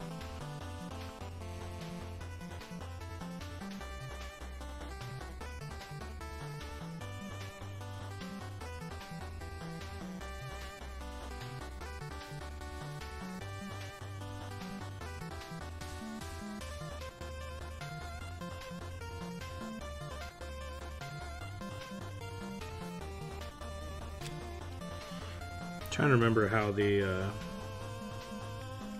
do you salute with a rapier? Is it straight wristed? Do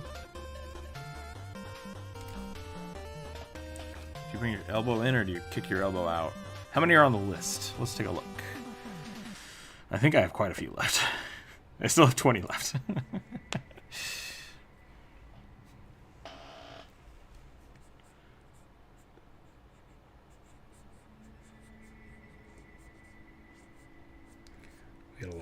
We got a lot this week, Corvus.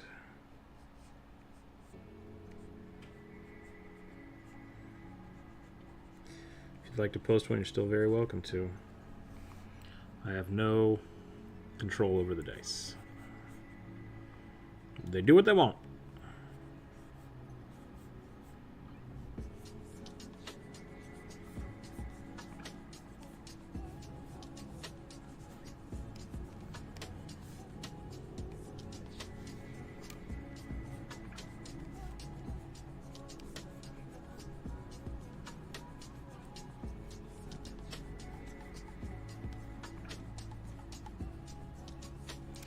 That might be too tight.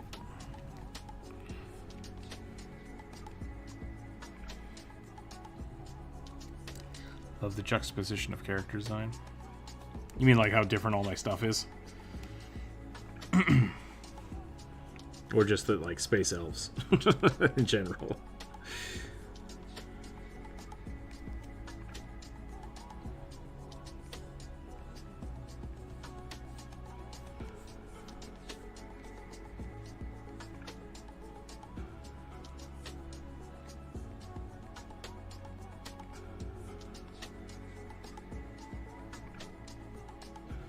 See if I can put a rose on the end of this sword.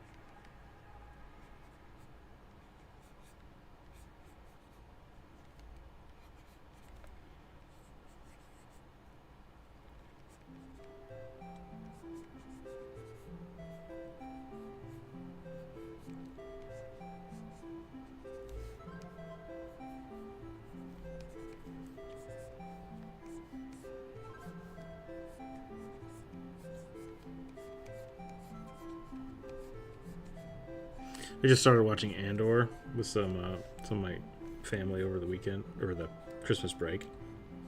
I loved Andor. That was a really good series. It's such good characters and stuff for the Star Wars universe. Without getting too hung up on the, like, weird fixation of Jedi. It's not a weird fixation, but it's just like everything is about the Jedi, you know. Andor wasn't. That was cool. More like an example of Minotaur, Wizard, or Samurai. Something that goes directly against assumptions. Velden, hello, hello. Looking for some of the Eldar design. Very cool. Yeah, it's a space elf. Haven't watched it yet. It's supposed to be great, though. Yeah. What are these called again? Is this space elf? I can't remember. I don't think it is. There's another name for them.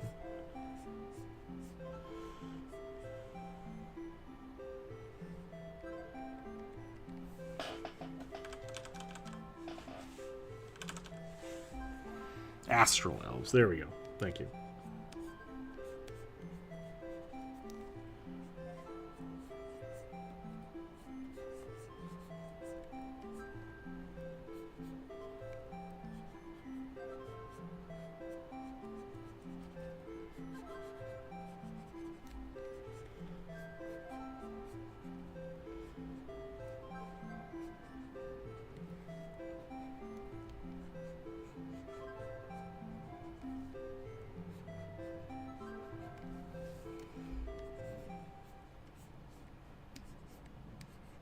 I'm a big fan of just stupid space helmets.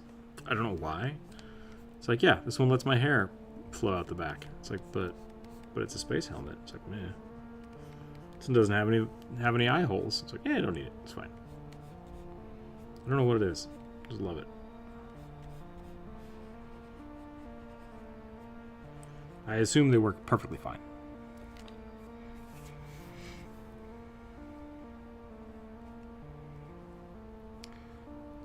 Oh, I just now read this, sorry. The dude on the MCDM fan art Discord started imaging what metal and stone barber masons would do. That's pretty funny. What's your preferences for streams, viewing on Twitch or YouTube? I mean, it's tough. Twitch has like all the functionality of like posture checks and drinking and stuff, which is fun, but YouTube has just been a better experience overall. So, and I still appreciate that Twitch is dedicated to live streaming, whereas on YouTube a lot of the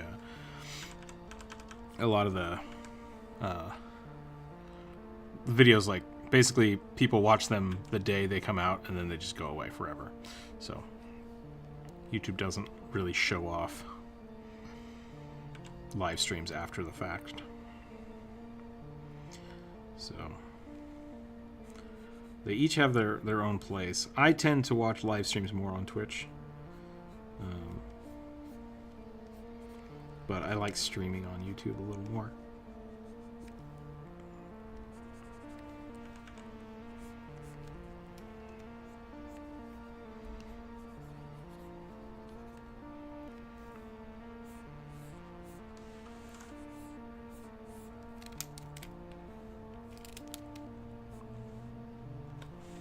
Oh, that's interesting.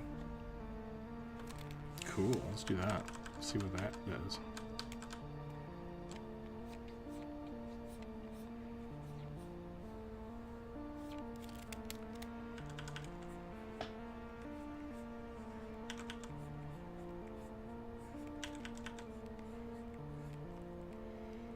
Things might get a little messy here with this rapier basket.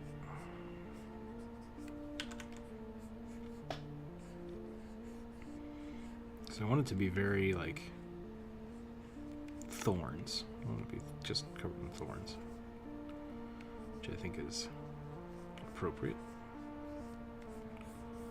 But, like, that's not visible. Like, nothing about that reads. It's just mess. So maybe we'll change this.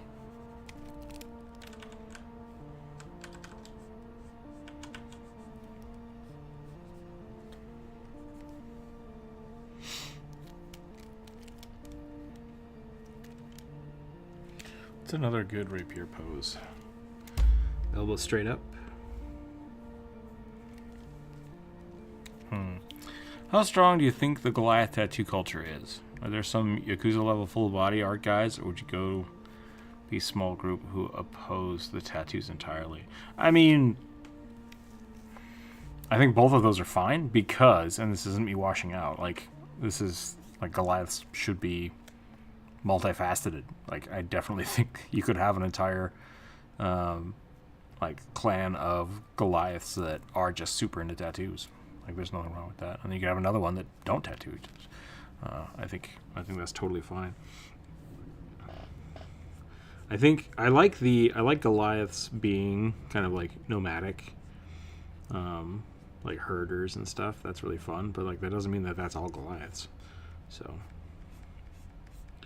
I think being able to have those kind of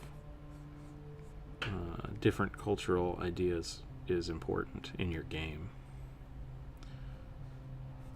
And then it goes down to individuals too. Like you might find somebody who just doesn't like tattoos, and that could be a fun character arc for them. Hey, why don't you have tattoos? I don't like them. I never earned them. I don't want them. Lots of options. Lots of options. Good thought. Run with it.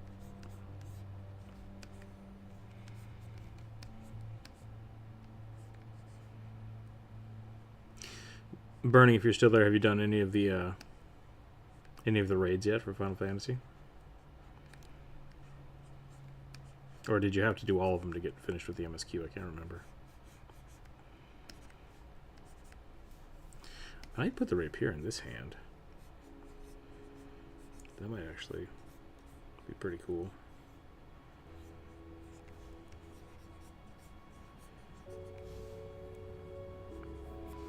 And then this hand's got the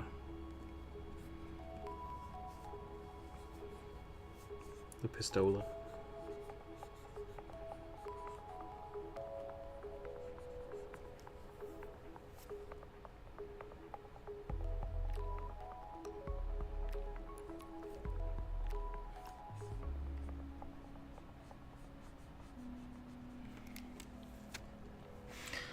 I could have skipped them, but I had all the Alliance ones and most of the normal ones so far. Nice. really like applying real culture to fantasy things. Makes everything far more interesting. Yeah. The only problem with that is that you just need to make sure you're not like fetishizing something or belittling something. And there are definitely ways to not do that. Like you can very much, I don't want to say you can very much appropriate something, but like you can add things like that to your games. Very like specific cultural things if you do it properly and respectfully.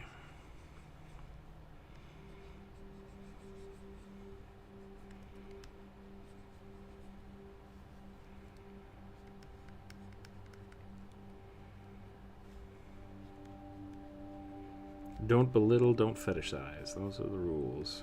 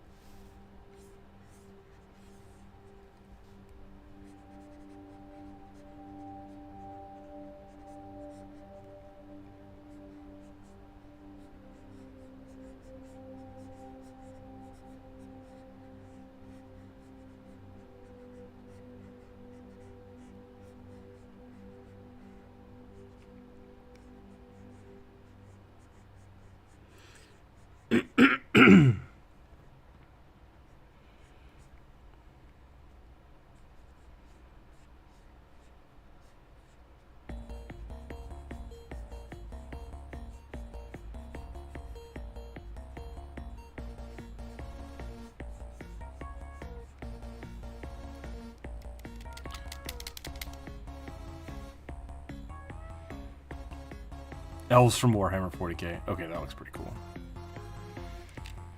Part of the reason why I like the races is that have different alignments. Not every orc is equal, but on average, their cultural practices may or be more destructive than constructive.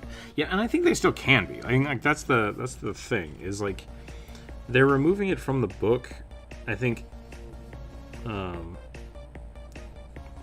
clarify, like because partially like all of those things are subjective anyways. Like so. If you're playing an evil campaign, then it doesn't make sense for an evil character to not be... Like, no one walks around going like, oh, we're evil, right? It's all about the perspective of the person writing the book. So, it makes more sense to take the... what's the word I want to look for? I was going to say androgynous, but that's not the right term.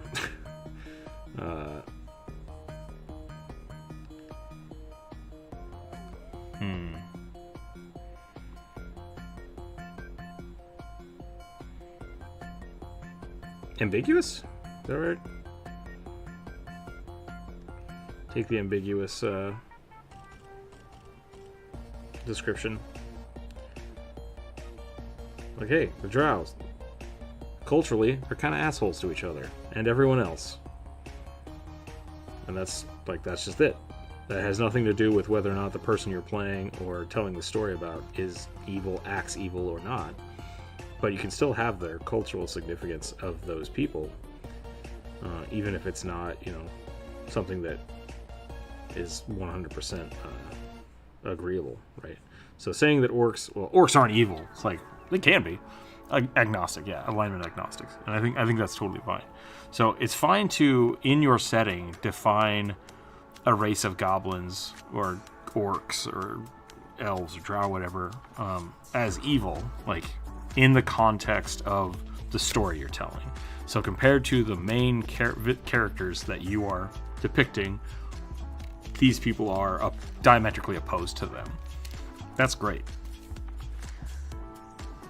You get to define all of those characters individually. So there's no reason to be upset. And I'm saying this because there have been a lot of people I've talked to that have been upset about it.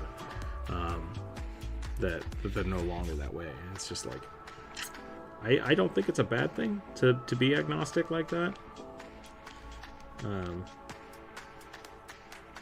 But with the caveat that it doesn't actually change anything about the drow, you know.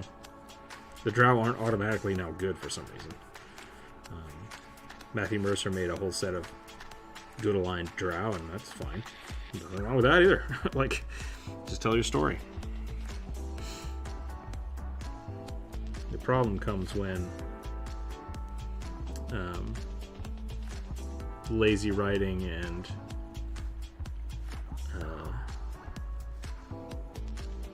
generalizations come into play, which I think is kind of inherent with a lot of video games in general, because like if you have not played a lot of tabletop RPGs and you say, oh, there's a whole group of goblins charging you, the players might just attack, like, because they think that they're, oh, that's a bad guy, I'm supposed to fight the bad guys. And like, you can play into that as a writer. Defeat expectations, follow expectations. Sometimes being a good drow from an evil drow society is interesting. Look at Dritz and how many people like him. Yeah, and like that's what a lot of the Dritz books, like they directly contradict the source material. Like not contradict, but challenge it. Like they constantly run into orc camps that are normal people, but the people in the world, and this is what I'm saying, is like it's important to remember the context you're in. The people in the world don't trust the orcs because they are so often aligned, and so orcs have this kind of horrible stance on society because humans always attack them, and so they kind of hate them, and that it's this two-way street of hatred, which I think is really interesting. It's evil. Other orcs aren't thinking they're evil. They're just trying to do their life. Exactly, yeah. Even if everyone from a culture is generally seen as evil and players make the exceptions, actually means more to the story. Yeah, you just have to follow all of it. I really like the Dritz books by Salvatore. I think they're worth reading. Because even within the Drow society is like ruthless, and it's super tough. But even within that, like, there are people that just don't agree with it but are stuck with it. There are people that try to actively fight it. And there are people that leave. Like that's kind of Dritz's thing. Dritz is he's like a highborn drow, and so him leaving was like, well, we're gonna kill you because you're not allowed to leave, and he just leaves. So like he's got more of an issue with it, but there's also a lot of people that are, like drow included, that are enslaved, and so you have drow and like bugbears and goblins that are just stuck there, right? Like they're all part of drow society, but that doesn't make them all evil. Slavery is a pretty evil thing. It is, yeah. And so that's kind of like I'm saying, from your perspective of a book that is written with saying that slavery is always evil, that society is an evil society. It just is. Like there's no going around that. The people themselves might not be evil, but yeah, drow society, evil. Same things with the we were talking about the bug people, the Thrycreen. Like they are weirdly xenophobic, hate everything that not bug, hate everything that not them, and if they're useful, they'll use you. Sounds pretty evil to me. Like it's terrifying and evil, and Dark Sun is brutal like that. But that doesn't mean you can't talk about them. You just have to be not lazy with your writing. Perhaps they can earn their freedom and they're taken care of. Oh.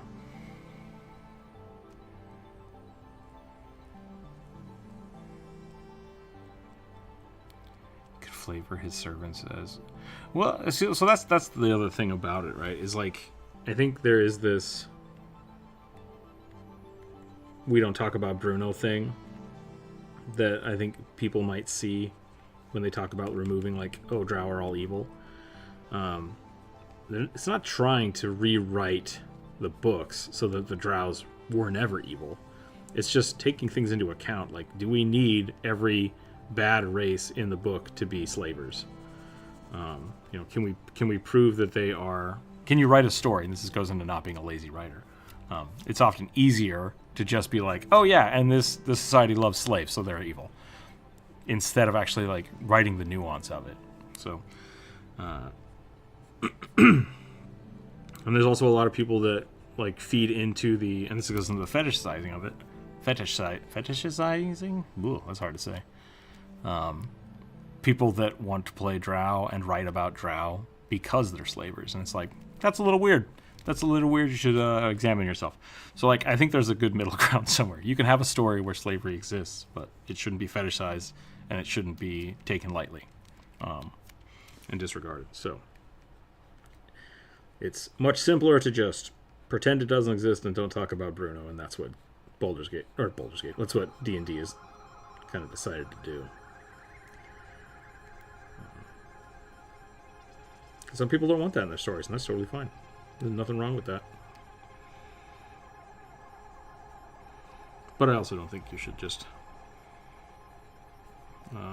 remove things from literature because they're uncomfortable. A good story can be uncomfortable. Still be a good story. What kind of pistol do you think space elves have?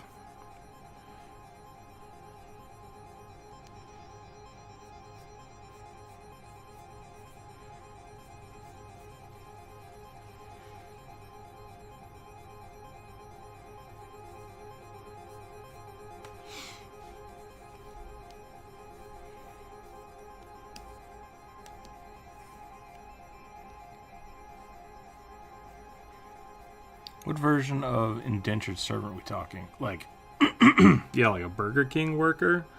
Or are we talking about, like,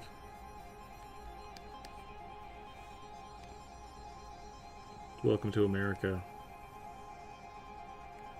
I bought your boat ticket. I own you now.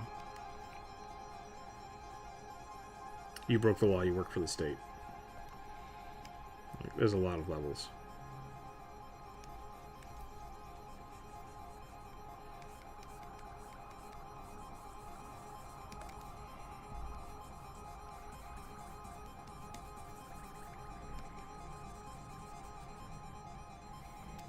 Okay, I think I'm done with this one.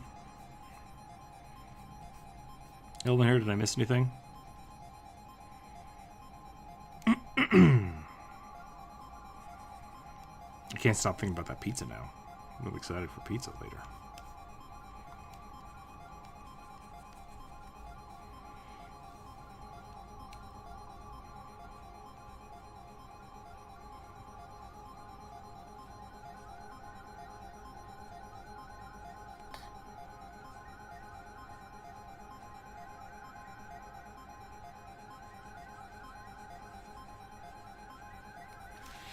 In Mass Effect, the Asari do in fact have slavery, but the society punishes neglectful owners, and some sell themselves off to ease their debts.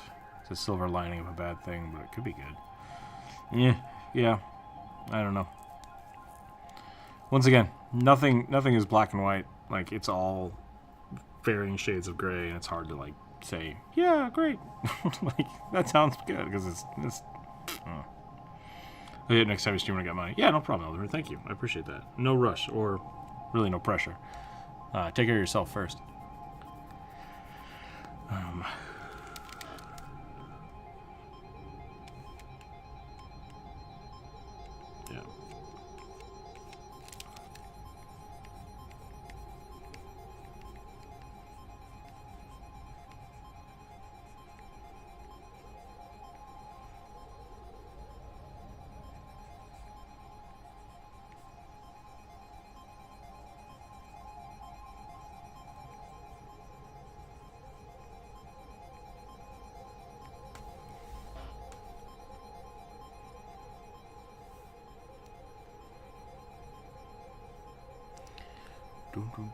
Morally gray world, only individuals and their individual actions can judge as good or evil. Exactly. And that's kind of where I'm getting at, is like just being an outsider and looking at the straight, like just a straight shot of this society does X thing, therefore is evil, is like there can be evil acts that a society has agreed on that are okay. That's Sure. Yeah, okay. So they're evil in the eyes of the viewer, but it is totally dependent on individual actions about whether or not a person is evil. So that's the big, you have to differentiate those two. Are most government entities evil? Yes. Do they help lots of people? Yes. So it's like it's not one or the other. Like, you have to definitely look at everything kind of individually, and that's where lazy writing comes in, right? Like, you can write a story having some of these issues and topics that that are very need to be looked at sensitively and talked about, but just got to make sure you're writing it with those in mind and not just generalizing things.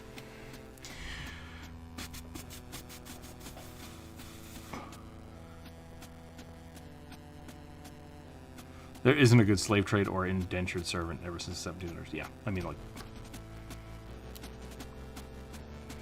trade, they punish their bad owners, but the definition was too loose and hard to prove. Mm-hmm. Yeah, that's what I'm saying. Like, whenever you're taking advantage of people, like, it's there's the gray area kind of gets really wishy-washy, because you can make all kinds of arguments like, this is totally fine, and like, yeah, it's not. It's kind of not. So that's why I would say be very careful about that kind of stuff.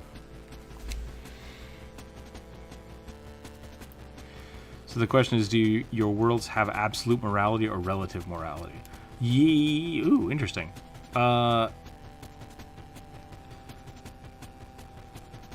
As a writer, you can make those choices. So if you're writing, you should have absolute control over the morality. But depending on how you're writing, the relative morality is also important. Does that make sense? So, like, you should know. You should know, like, is what they're doing okay? Yes or no is fine. You don't ever have to answer that to your readers, because they should only be getting the story from the perspective of your narrative or your narrator, right? So, like, with Mass Effect, like, it's not really any of our jobs to decide whether or not this other alien race can do what they're doing. If it's working for them, it's working for them. But from our perspective, the players shouldn't like that, right? It's like, oh, we see that as bad. We see that as wrong. They shouldn't be doing that. You as a writer can have your own justification for that alien race, but unless that's your story, they're evil. Like, just straight up. That's how it works. Because you're telling the story from the player's perspective.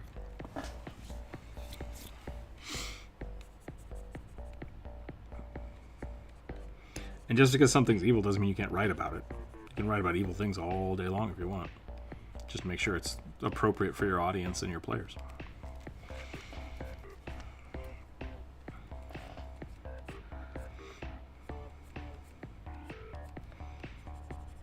Because at the end of the day, like, you have a lot of players that play rogues. Murder hobos exist. Like, lawful stupid is not fun. It's just not. Not fun for... I mean, it might be fun for one of the players, but, like, it's not fun for the party. It's not fun for the story. It's like, I don't want to think. I just want to react to stuff. And it's like, okay. Well, then there's no nuance in this game, and this is going to be real boring. It's going to be real hard to get through.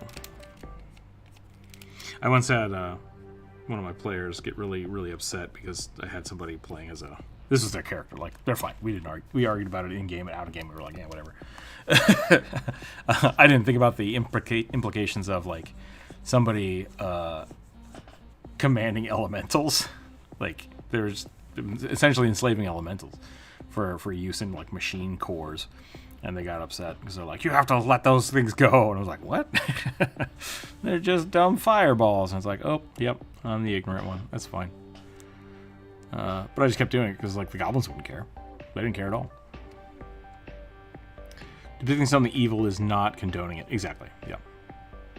Getting real philosophical today. It tends to happen when we talk about drow and stuff. It just happens. I'm trying to think about pizza, but you know how it goes. You know how it goes.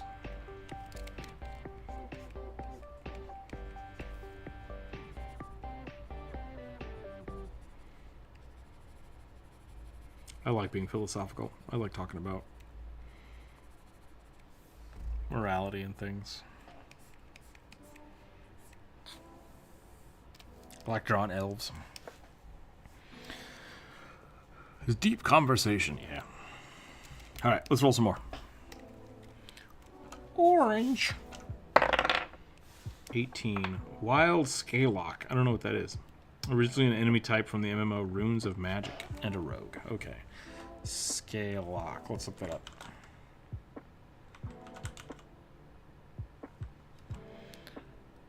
What would drow pizza have and taste like? It would most likely have mushrooms first. And then possibly some unidentified meats. Oh, good lord. It's like a fish raptor. What have I gotten myself into?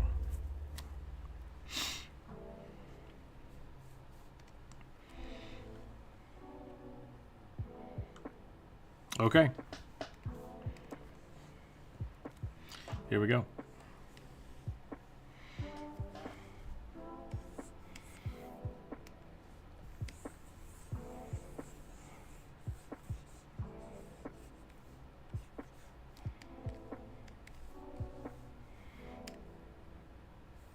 I'm just going to grab this picture.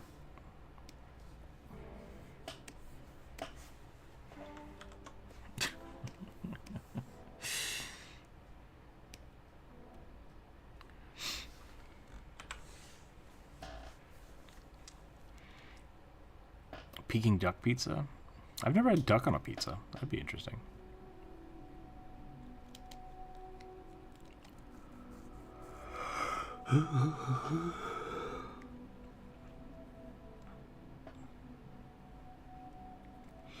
As evil and shitty as the drow are, like, they are fundamentally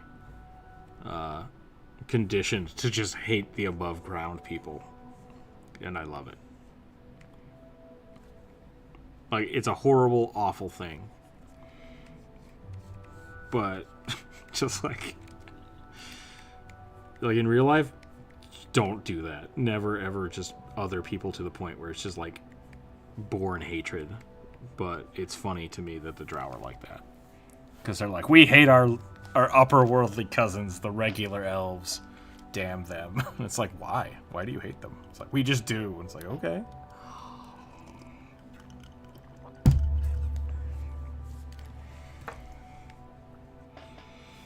This looks like almost like a fish rugby.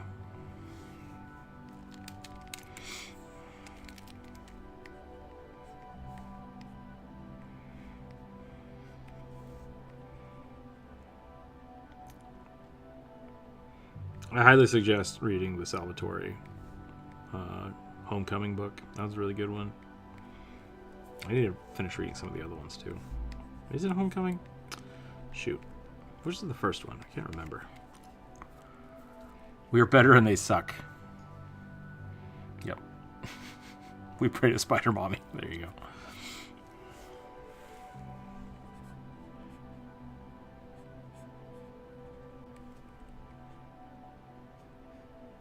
I mean, I think part of the interesting thing about the drow is the brutality that a lot of us would consider to be evil is inherent in their entire society, right? So it very much is, if you can take something, you are allowed to take it, but you'd better be prepared to like defend it, right? And so it's very, very brutal to live there because everybody's just trying to kill each other and backstab each other. Because that's what Lolth says to do.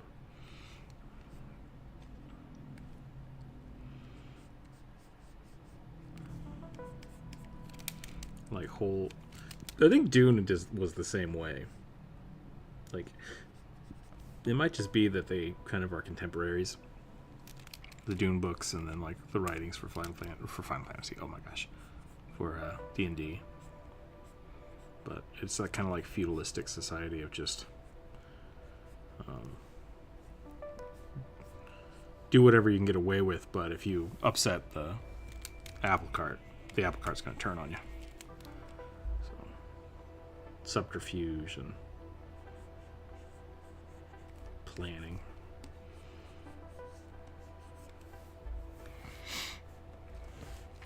My chaotic good character has the mentality that your property is only yours as long as you can defend it. Yeah. The necromonger way. I like the goblin mentality of nobody owns anything, and so anything unattended can be used by anyone.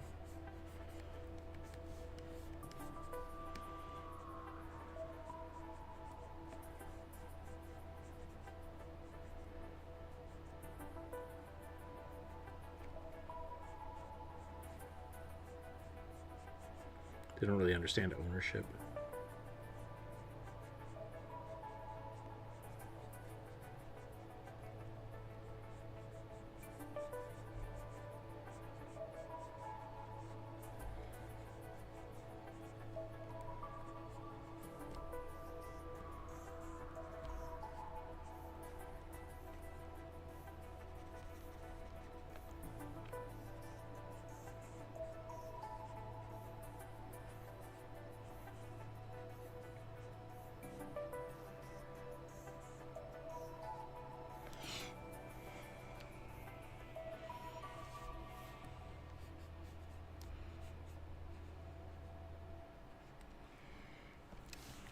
For Dune, it depends on if you mean the Freemen, which have been more just not that plussed about death, or if you're talking about the inner houses. I was talking about the inner houses. Yeah.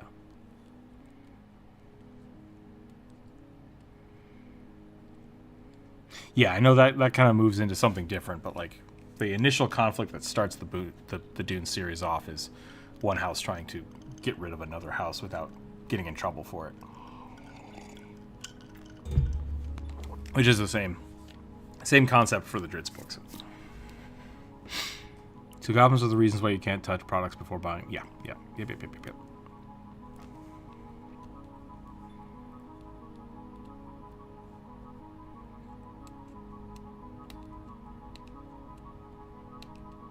Yeah, because like in the Dritz books, all of like the great houses of Drow, basically like you have to be able to leave no prisoners that can say that you did try to do something, and also you have to have the favor of the like higher up houses, because you're basically going to say, hey, I'm going to take over and get some more power, and if they don't want you to do that, why would they help you? You know, so it's like they don't want weak people being in the upper houses. Are goblins a pandemic? I don't think so. They're just highly adaptable.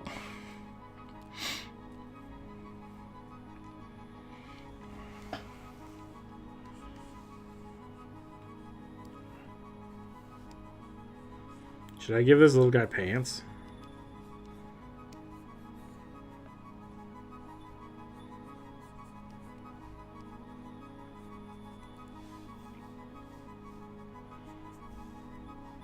He's a rogue. Maybe he needs a little hood. Give him like a little cowl.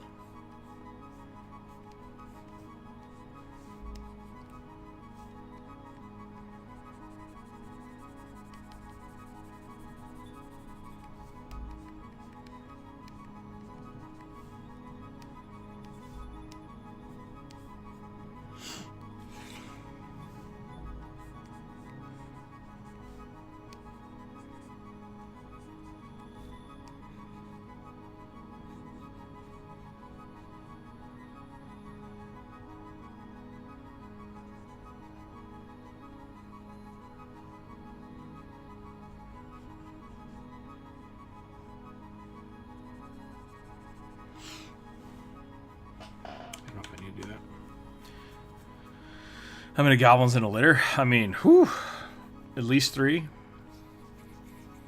Upwards of 100.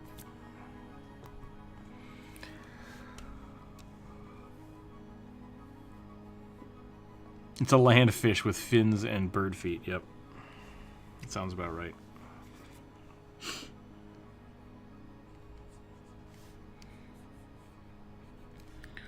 In civilized society, we wear pants here. Can't be a rogue if you don't wear pants. Where are you going to put all the stuff you steal? Gotta have pockets. Pockets are required.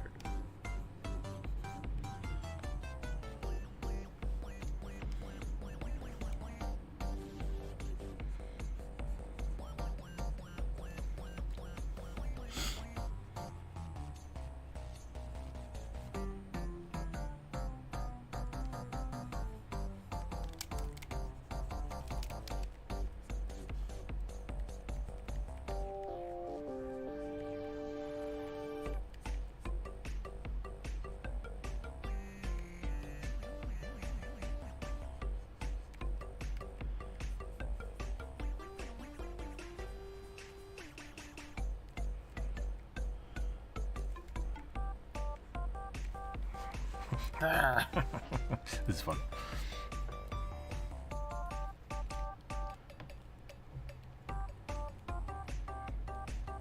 There's an appeal to the short sticks. First we got all philosophical, and now we're talking about goblin mummies. So I don't know what happened to the stream. Obviously, it's gone off the rails, to say the least.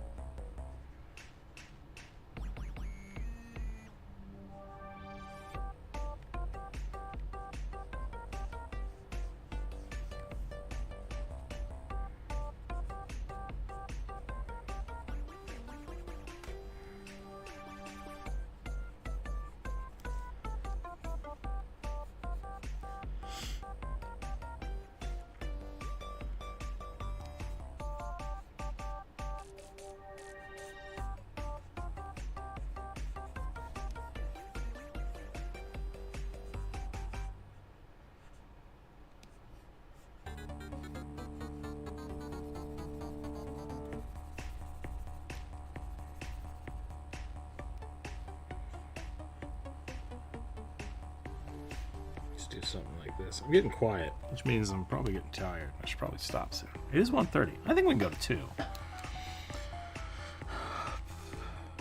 They have remembered their chaos training. How about a poncho with really deep pockets? Yeah, that's true. Could do that. It's kind of what I'm going for. I'm going for like, I don't know if it's a poncho. It could be a poncho. That's fine. We can do a poncho.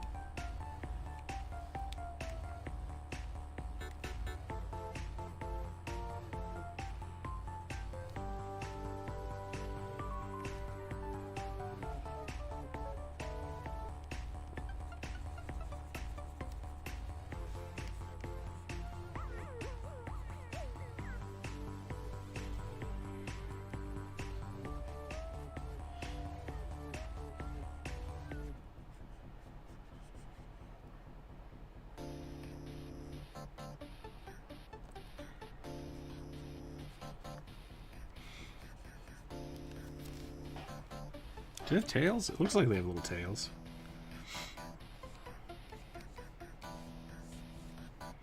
That would put a damper on the pants.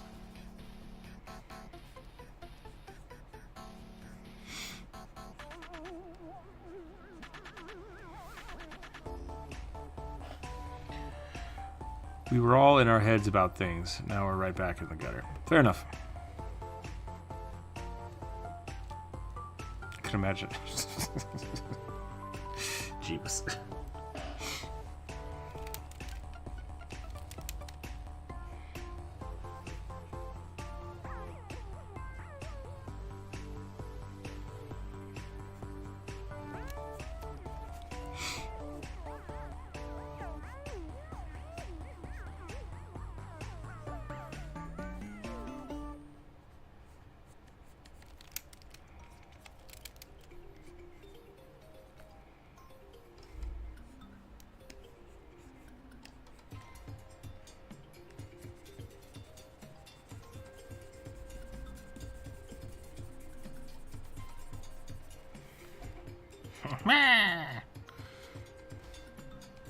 I don't know what I've just drawn, but it's definitely a thing.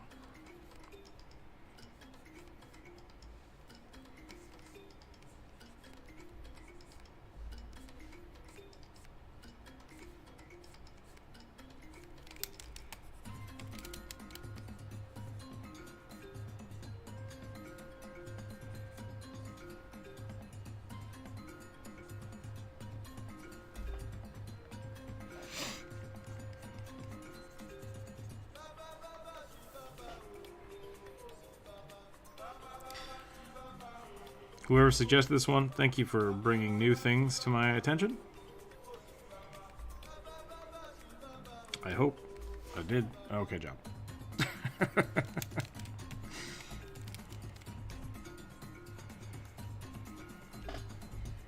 Alright, I think I'm done with that one. Let's do another one.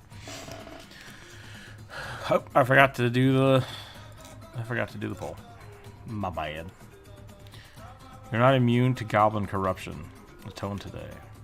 Just like, I feel like most of the goblin corruption would just be non-stop, like, thievery and horny bonks. Which I think there's the horny bonk in the Discord. People might be able to use that. It might only be on the Twitch chat. I'm not sure. Oh, man.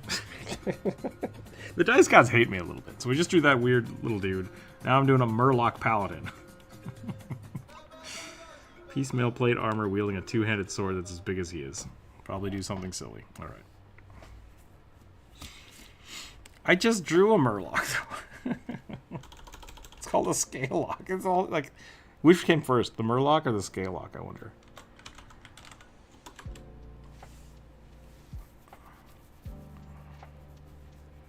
Just a weird little dude stream. Yeah. Just a little guy. Just a weird little guy. Murlocs at least are a little more wall-eyed, which is kind of my jam. So. We'll see how this do.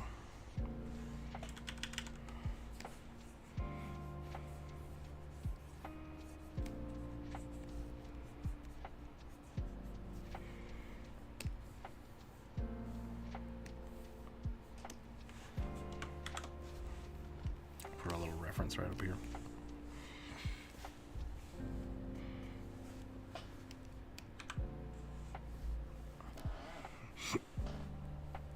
Okay. Murloc in plate mail.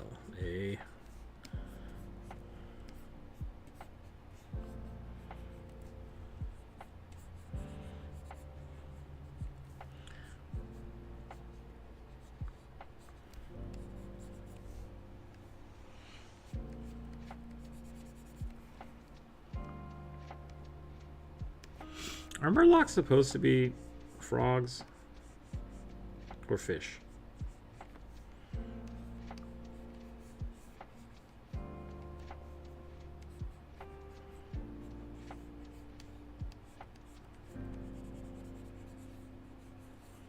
I think they're supposed to be little frog people.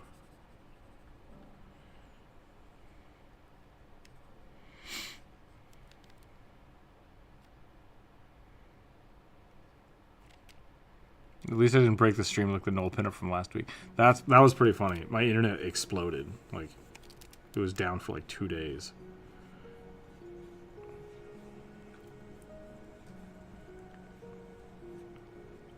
One of these days I'll start doing null pinup commissions, and that hopefully will break the internet too.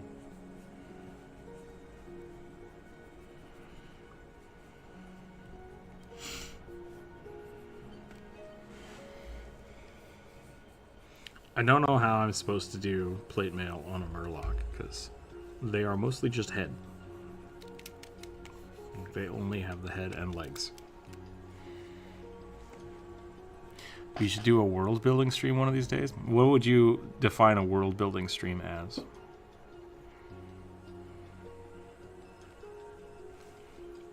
And what would you include with that? I'm sorry for suggesting doing so much damage. That's alright. I think I finished it. I think I finished it and posted it. Maybe I didn't. I don't remember.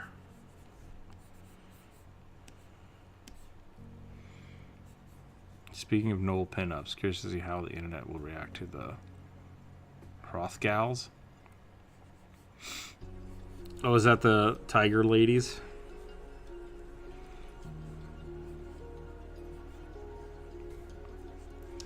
I'm really confused because I thought they were just beefy Mithras.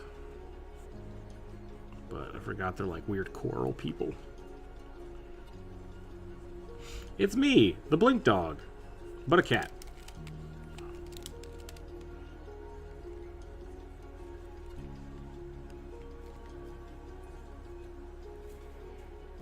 I wonder if they're going to have the mustaches. That's the real question.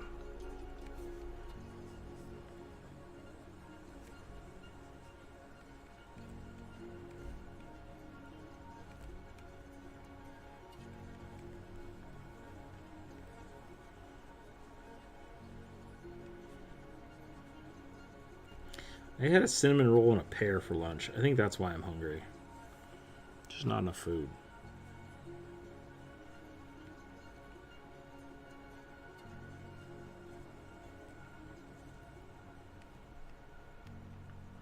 But I eat so badly. I eat so badly.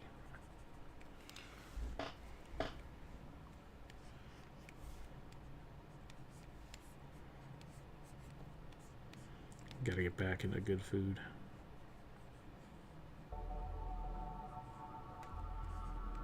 Back into the good food habits.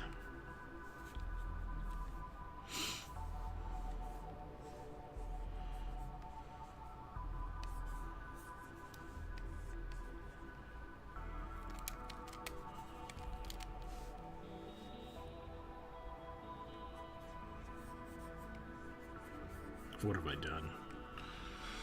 What have I done here? Oh, lordy.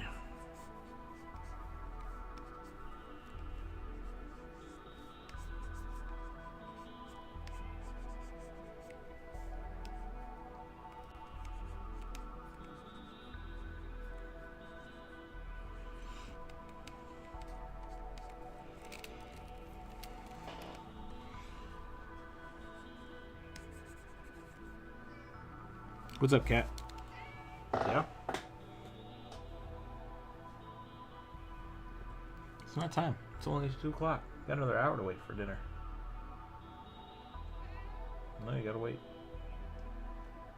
Pixel also has gotten very chunky, and I think it's because we come up with a concept for the world and then draw things in it. Oh, that could be interesting. We had to switch Skip Cat's cat food to like an old man kidney food, and Pixel is just like, that tastes delicious, I'm gonna eat all of it. And so he's been getting overfed by eating all of Skip Cat's food, so he's a little chunky right now.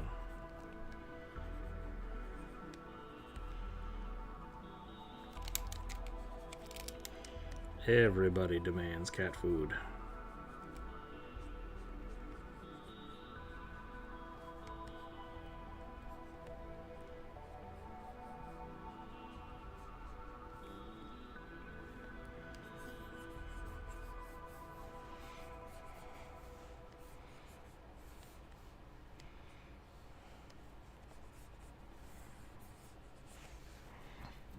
I don't know what I've done, but I kind of hate it. It's just kind of disturbing looking.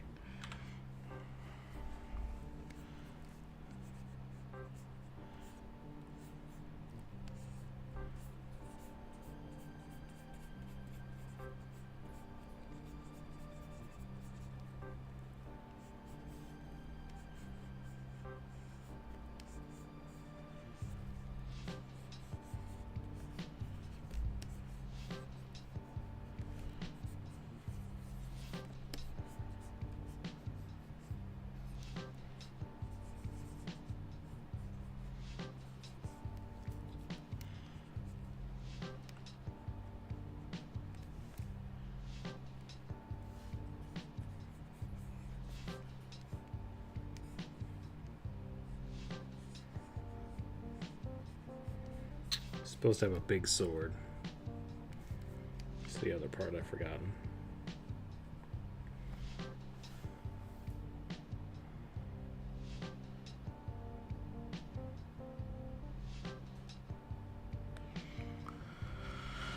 Just talking about fantasy cats and had to make an appearance. Yep. Probably. I'd like the big cat, ladies.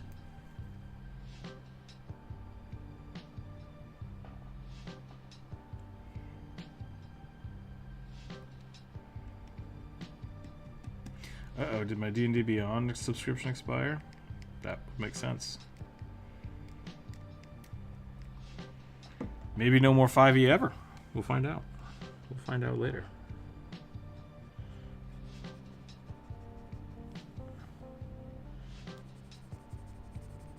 It's so nice and easy to just have them.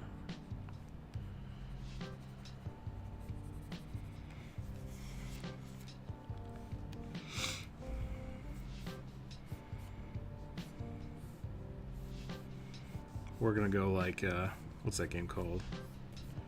Rogue Legacy. We're gonna do like a Rogue Legacy sword here.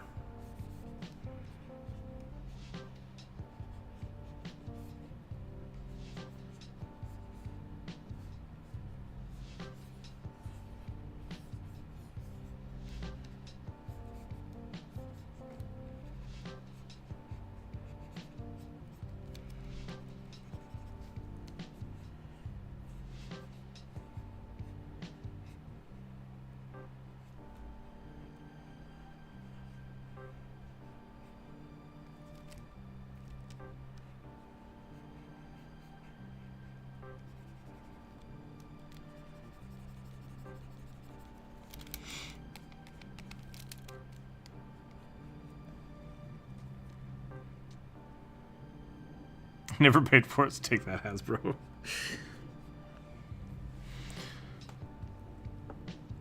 Depending on how the big cat ladies look, I may go for a small cat girl to big cat girl. That could be fun. It could be fun.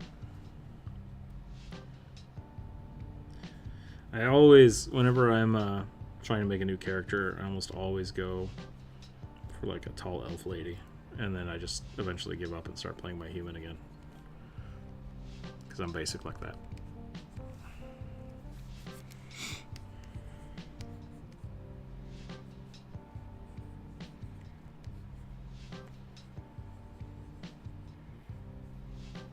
I once used a Fantasia that I got for just for playing the game to adjust the tattoos on my face. Like, I didn't change anything about my character. I might have made myself like slightly shorter or something. But yeah, I don't do a lot of cosmetic stuff in Final Fantasy.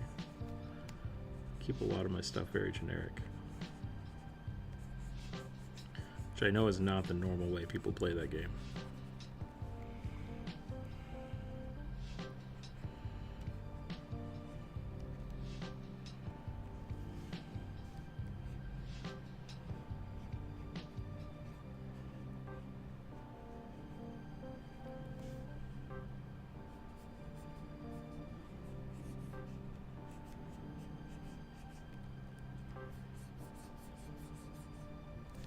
Oops.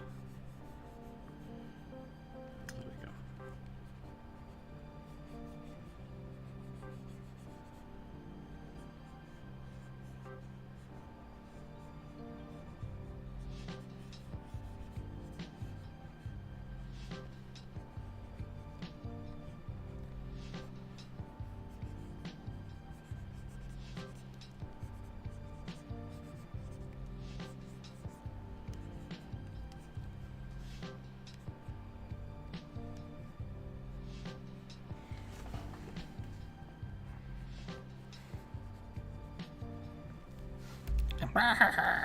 What a weird, creepy little dude.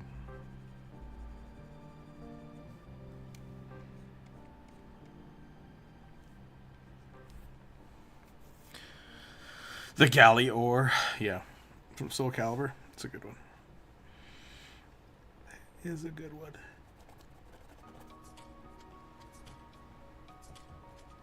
Oh my goodness. You know what it is? We started on time today, so now like my whole body is just getting tired earlier.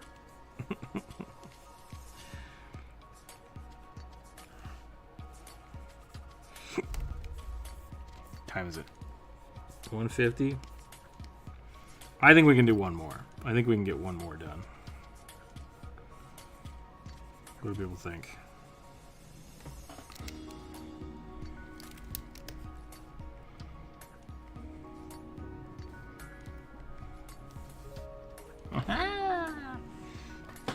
Pretty weird looking. What's up, cat? I'll give you attention, but you don't get any food. Please. Please.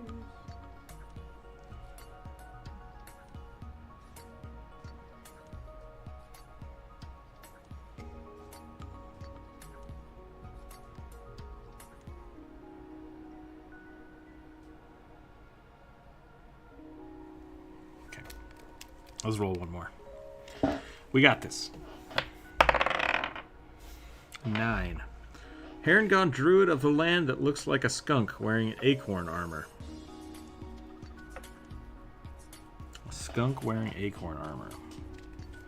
I feel like I've drawn that before. Have I not drawn that before? Not the Harengon part, but like, is the acorn armor and the skunk thing like a trope? Cats are just so smooshy. Meh.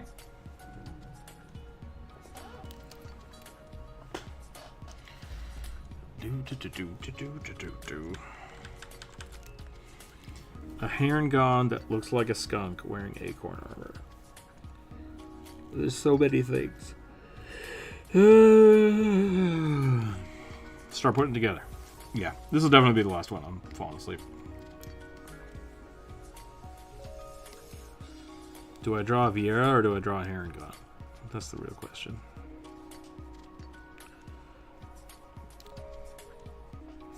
Weird demon horse rabbits. What the hell does an acorn armor look like? And if they're wearing acorn armor, what makes them look like a skunk? Like they're black and white? Is it a black and white rabbit? Is it bad if I give a neglected cat that keeps visiting me a haircut? It's got a lot of mats and too long fur on the butt. It would be wrong to do anything about it. I mean, if you know what you're doing, like if you are trained in the way of knowing that how to cut and add a cat's hair, it might be helpful to it. I might take it to the vet, but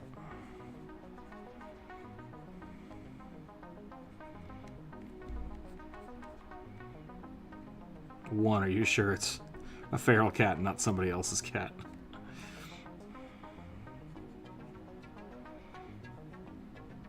Have to go back to work. Thanks for the course aerials. Yeah. See you Friday. Sounds good. Thanks for hanging out, Elvin here.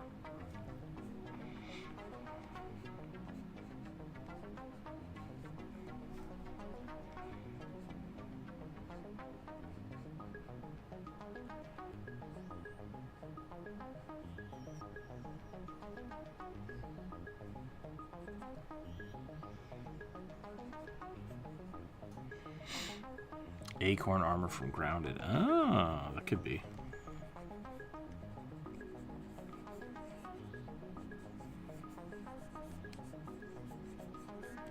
I played that game for quite a little bit, but I couldn't get into it. I couldn't, like, it wasn't,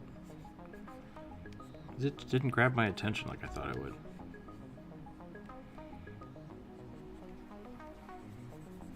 I'm not familiar with Grounded. It's an interesting concept. It's basically like Honey, I Shrunk the Kids, but as a survival game. But all of the crafting was just a little too difficult to be like consistent. It's kind of my same problem with well, not Valhalla. That's not right. Shoot.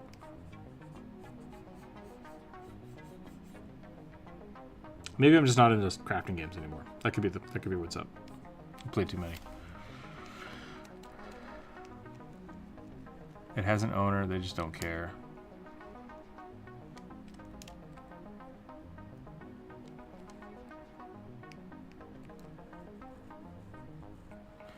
I mean, if you had to buy a dewormer and flea treatment and food, that's your cat. So, like, if it goes back to their house, then it's still their cat. But if you see a cat that you aren't sure about that looks like it's sick, I would take it to the vet.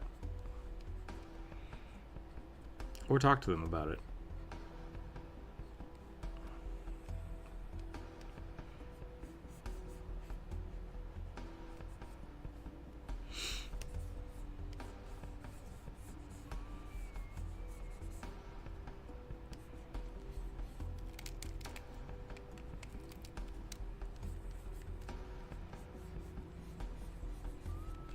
What was this supposed to be? Circle of the Moon Druid? Druid of the Land. Okay. Druid of the Land. So we need to go a little more Radagast, maybe? Maybe a little fluffier.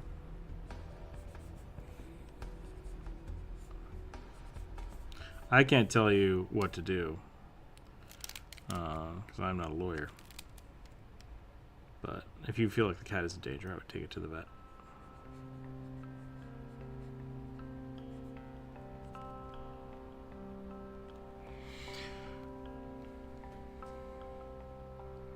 Lathan, a red dragonborn warlock with a scythe. I will put it on the list, but I will probably not get to it until Friday. I'm going to call it after this one, I believe. And then we'll be back on Friday to finish it up. But I will put it on the list now for you so it doesn't get forgotten.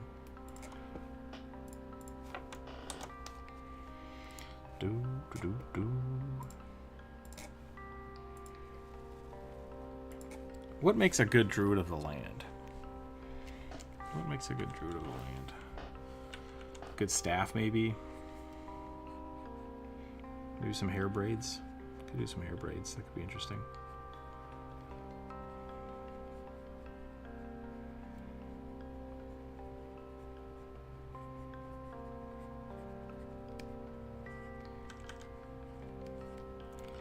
A little bird sitting on his head. That could be funny.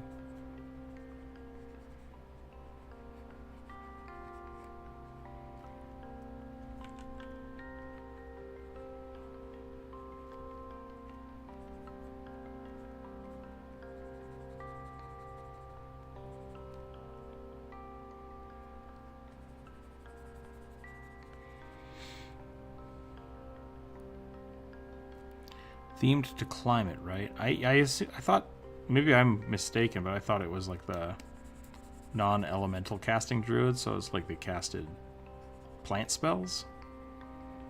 Let's look it up.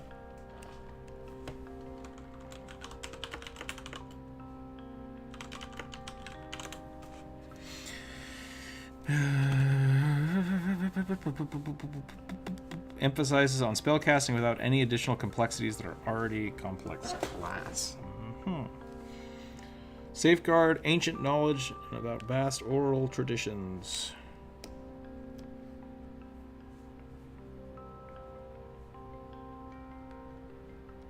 Druid wizards.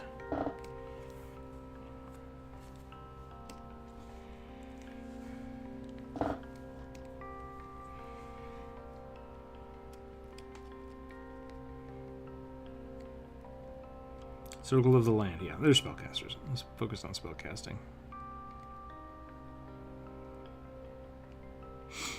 That is a cool picture. Who drew that?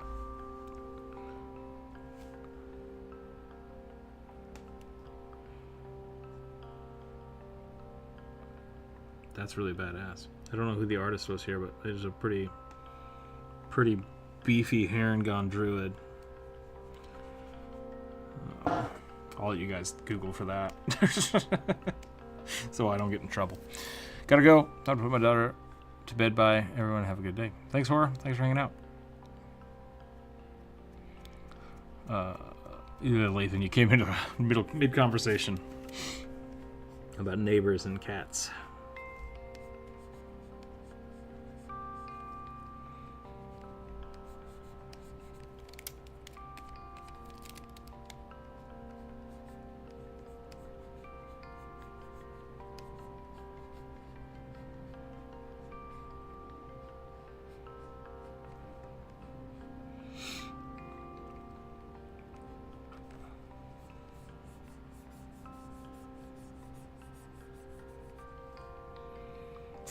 Because if you were a druid, you could make acorns grow really big. That would make sense. And then you would just have giant acorns to make armor out of.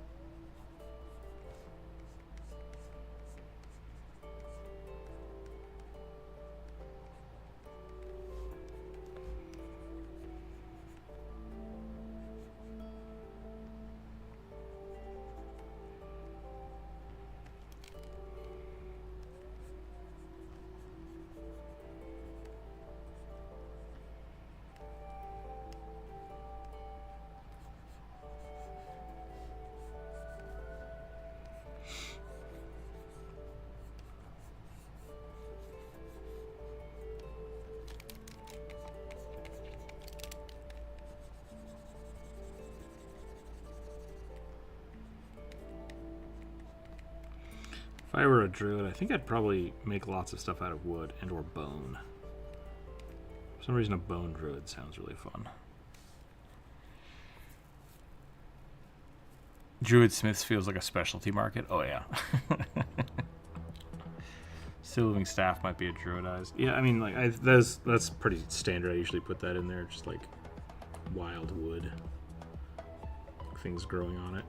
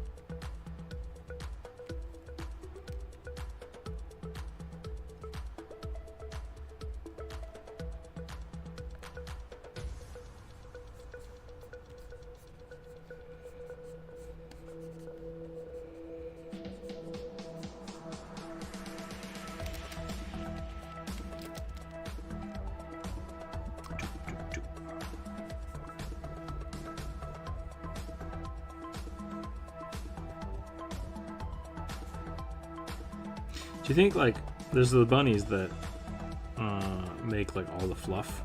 I'm trying to think what they're called. Starts with an A.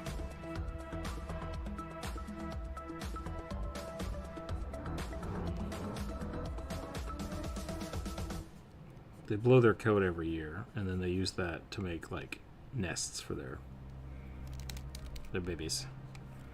So would, yeah, Angora. Do you think they would use their own fluff to make, like, armor and stuff? Or would that be weird? Feels kind of weird if I, cut my hair and made clothes out of my own hair, but if you have all that fluff, what do you do with it? Can a sheep wear a sweater?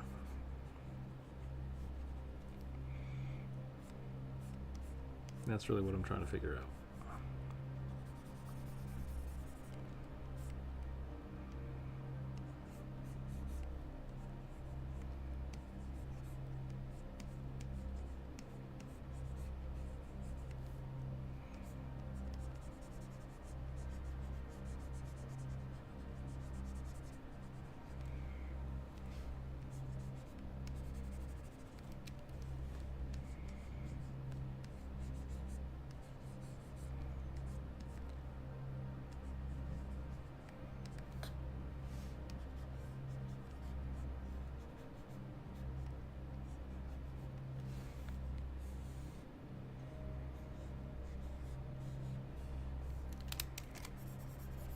Not an axe, it's a staff. So it should probably come to a point. And then that should be maybe burnt a little bit.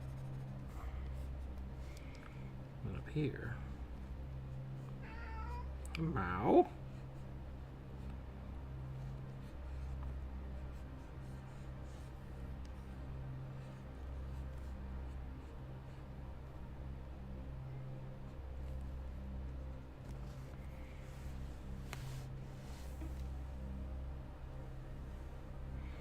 If you're an Agora druid, I would use my own hair for sure. Probably offer it to others as well. I see, yeah. Wool-based armor is a thing? Oh, yeah. I mean, at least for, like, undercoats and stuff. Especially for, like, under chainmail and things. Oh, cat. I don't know what to do for you. Please. I'm wasting away.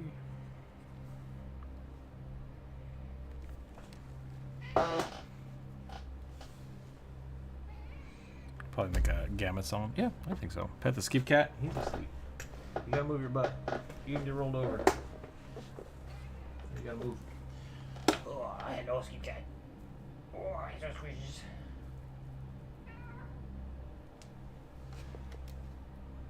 Now both cats are awake, and that means I'm probably going to get yelled at more.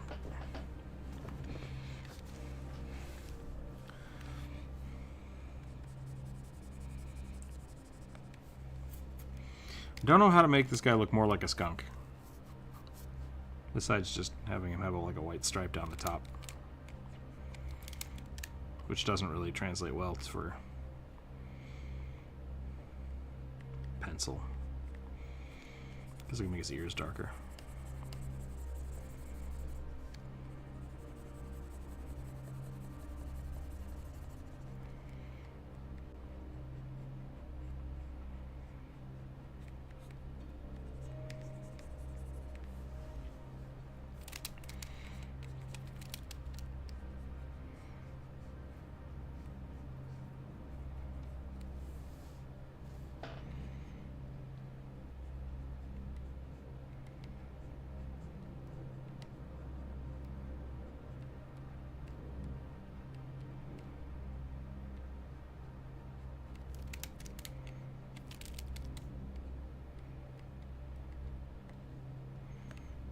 Pod mitts.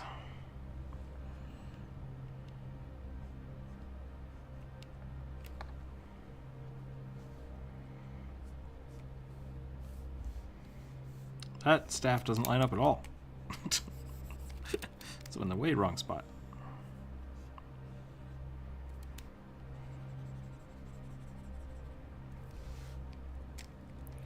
know the other chatters like on Twitch, but I'll say that wool was more common for armor than metal or wood was. At least it was cheaper and abundant.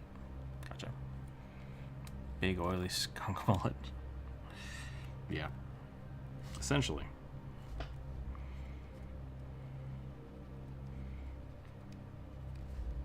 Okay. I think that's it. I think that's all I got.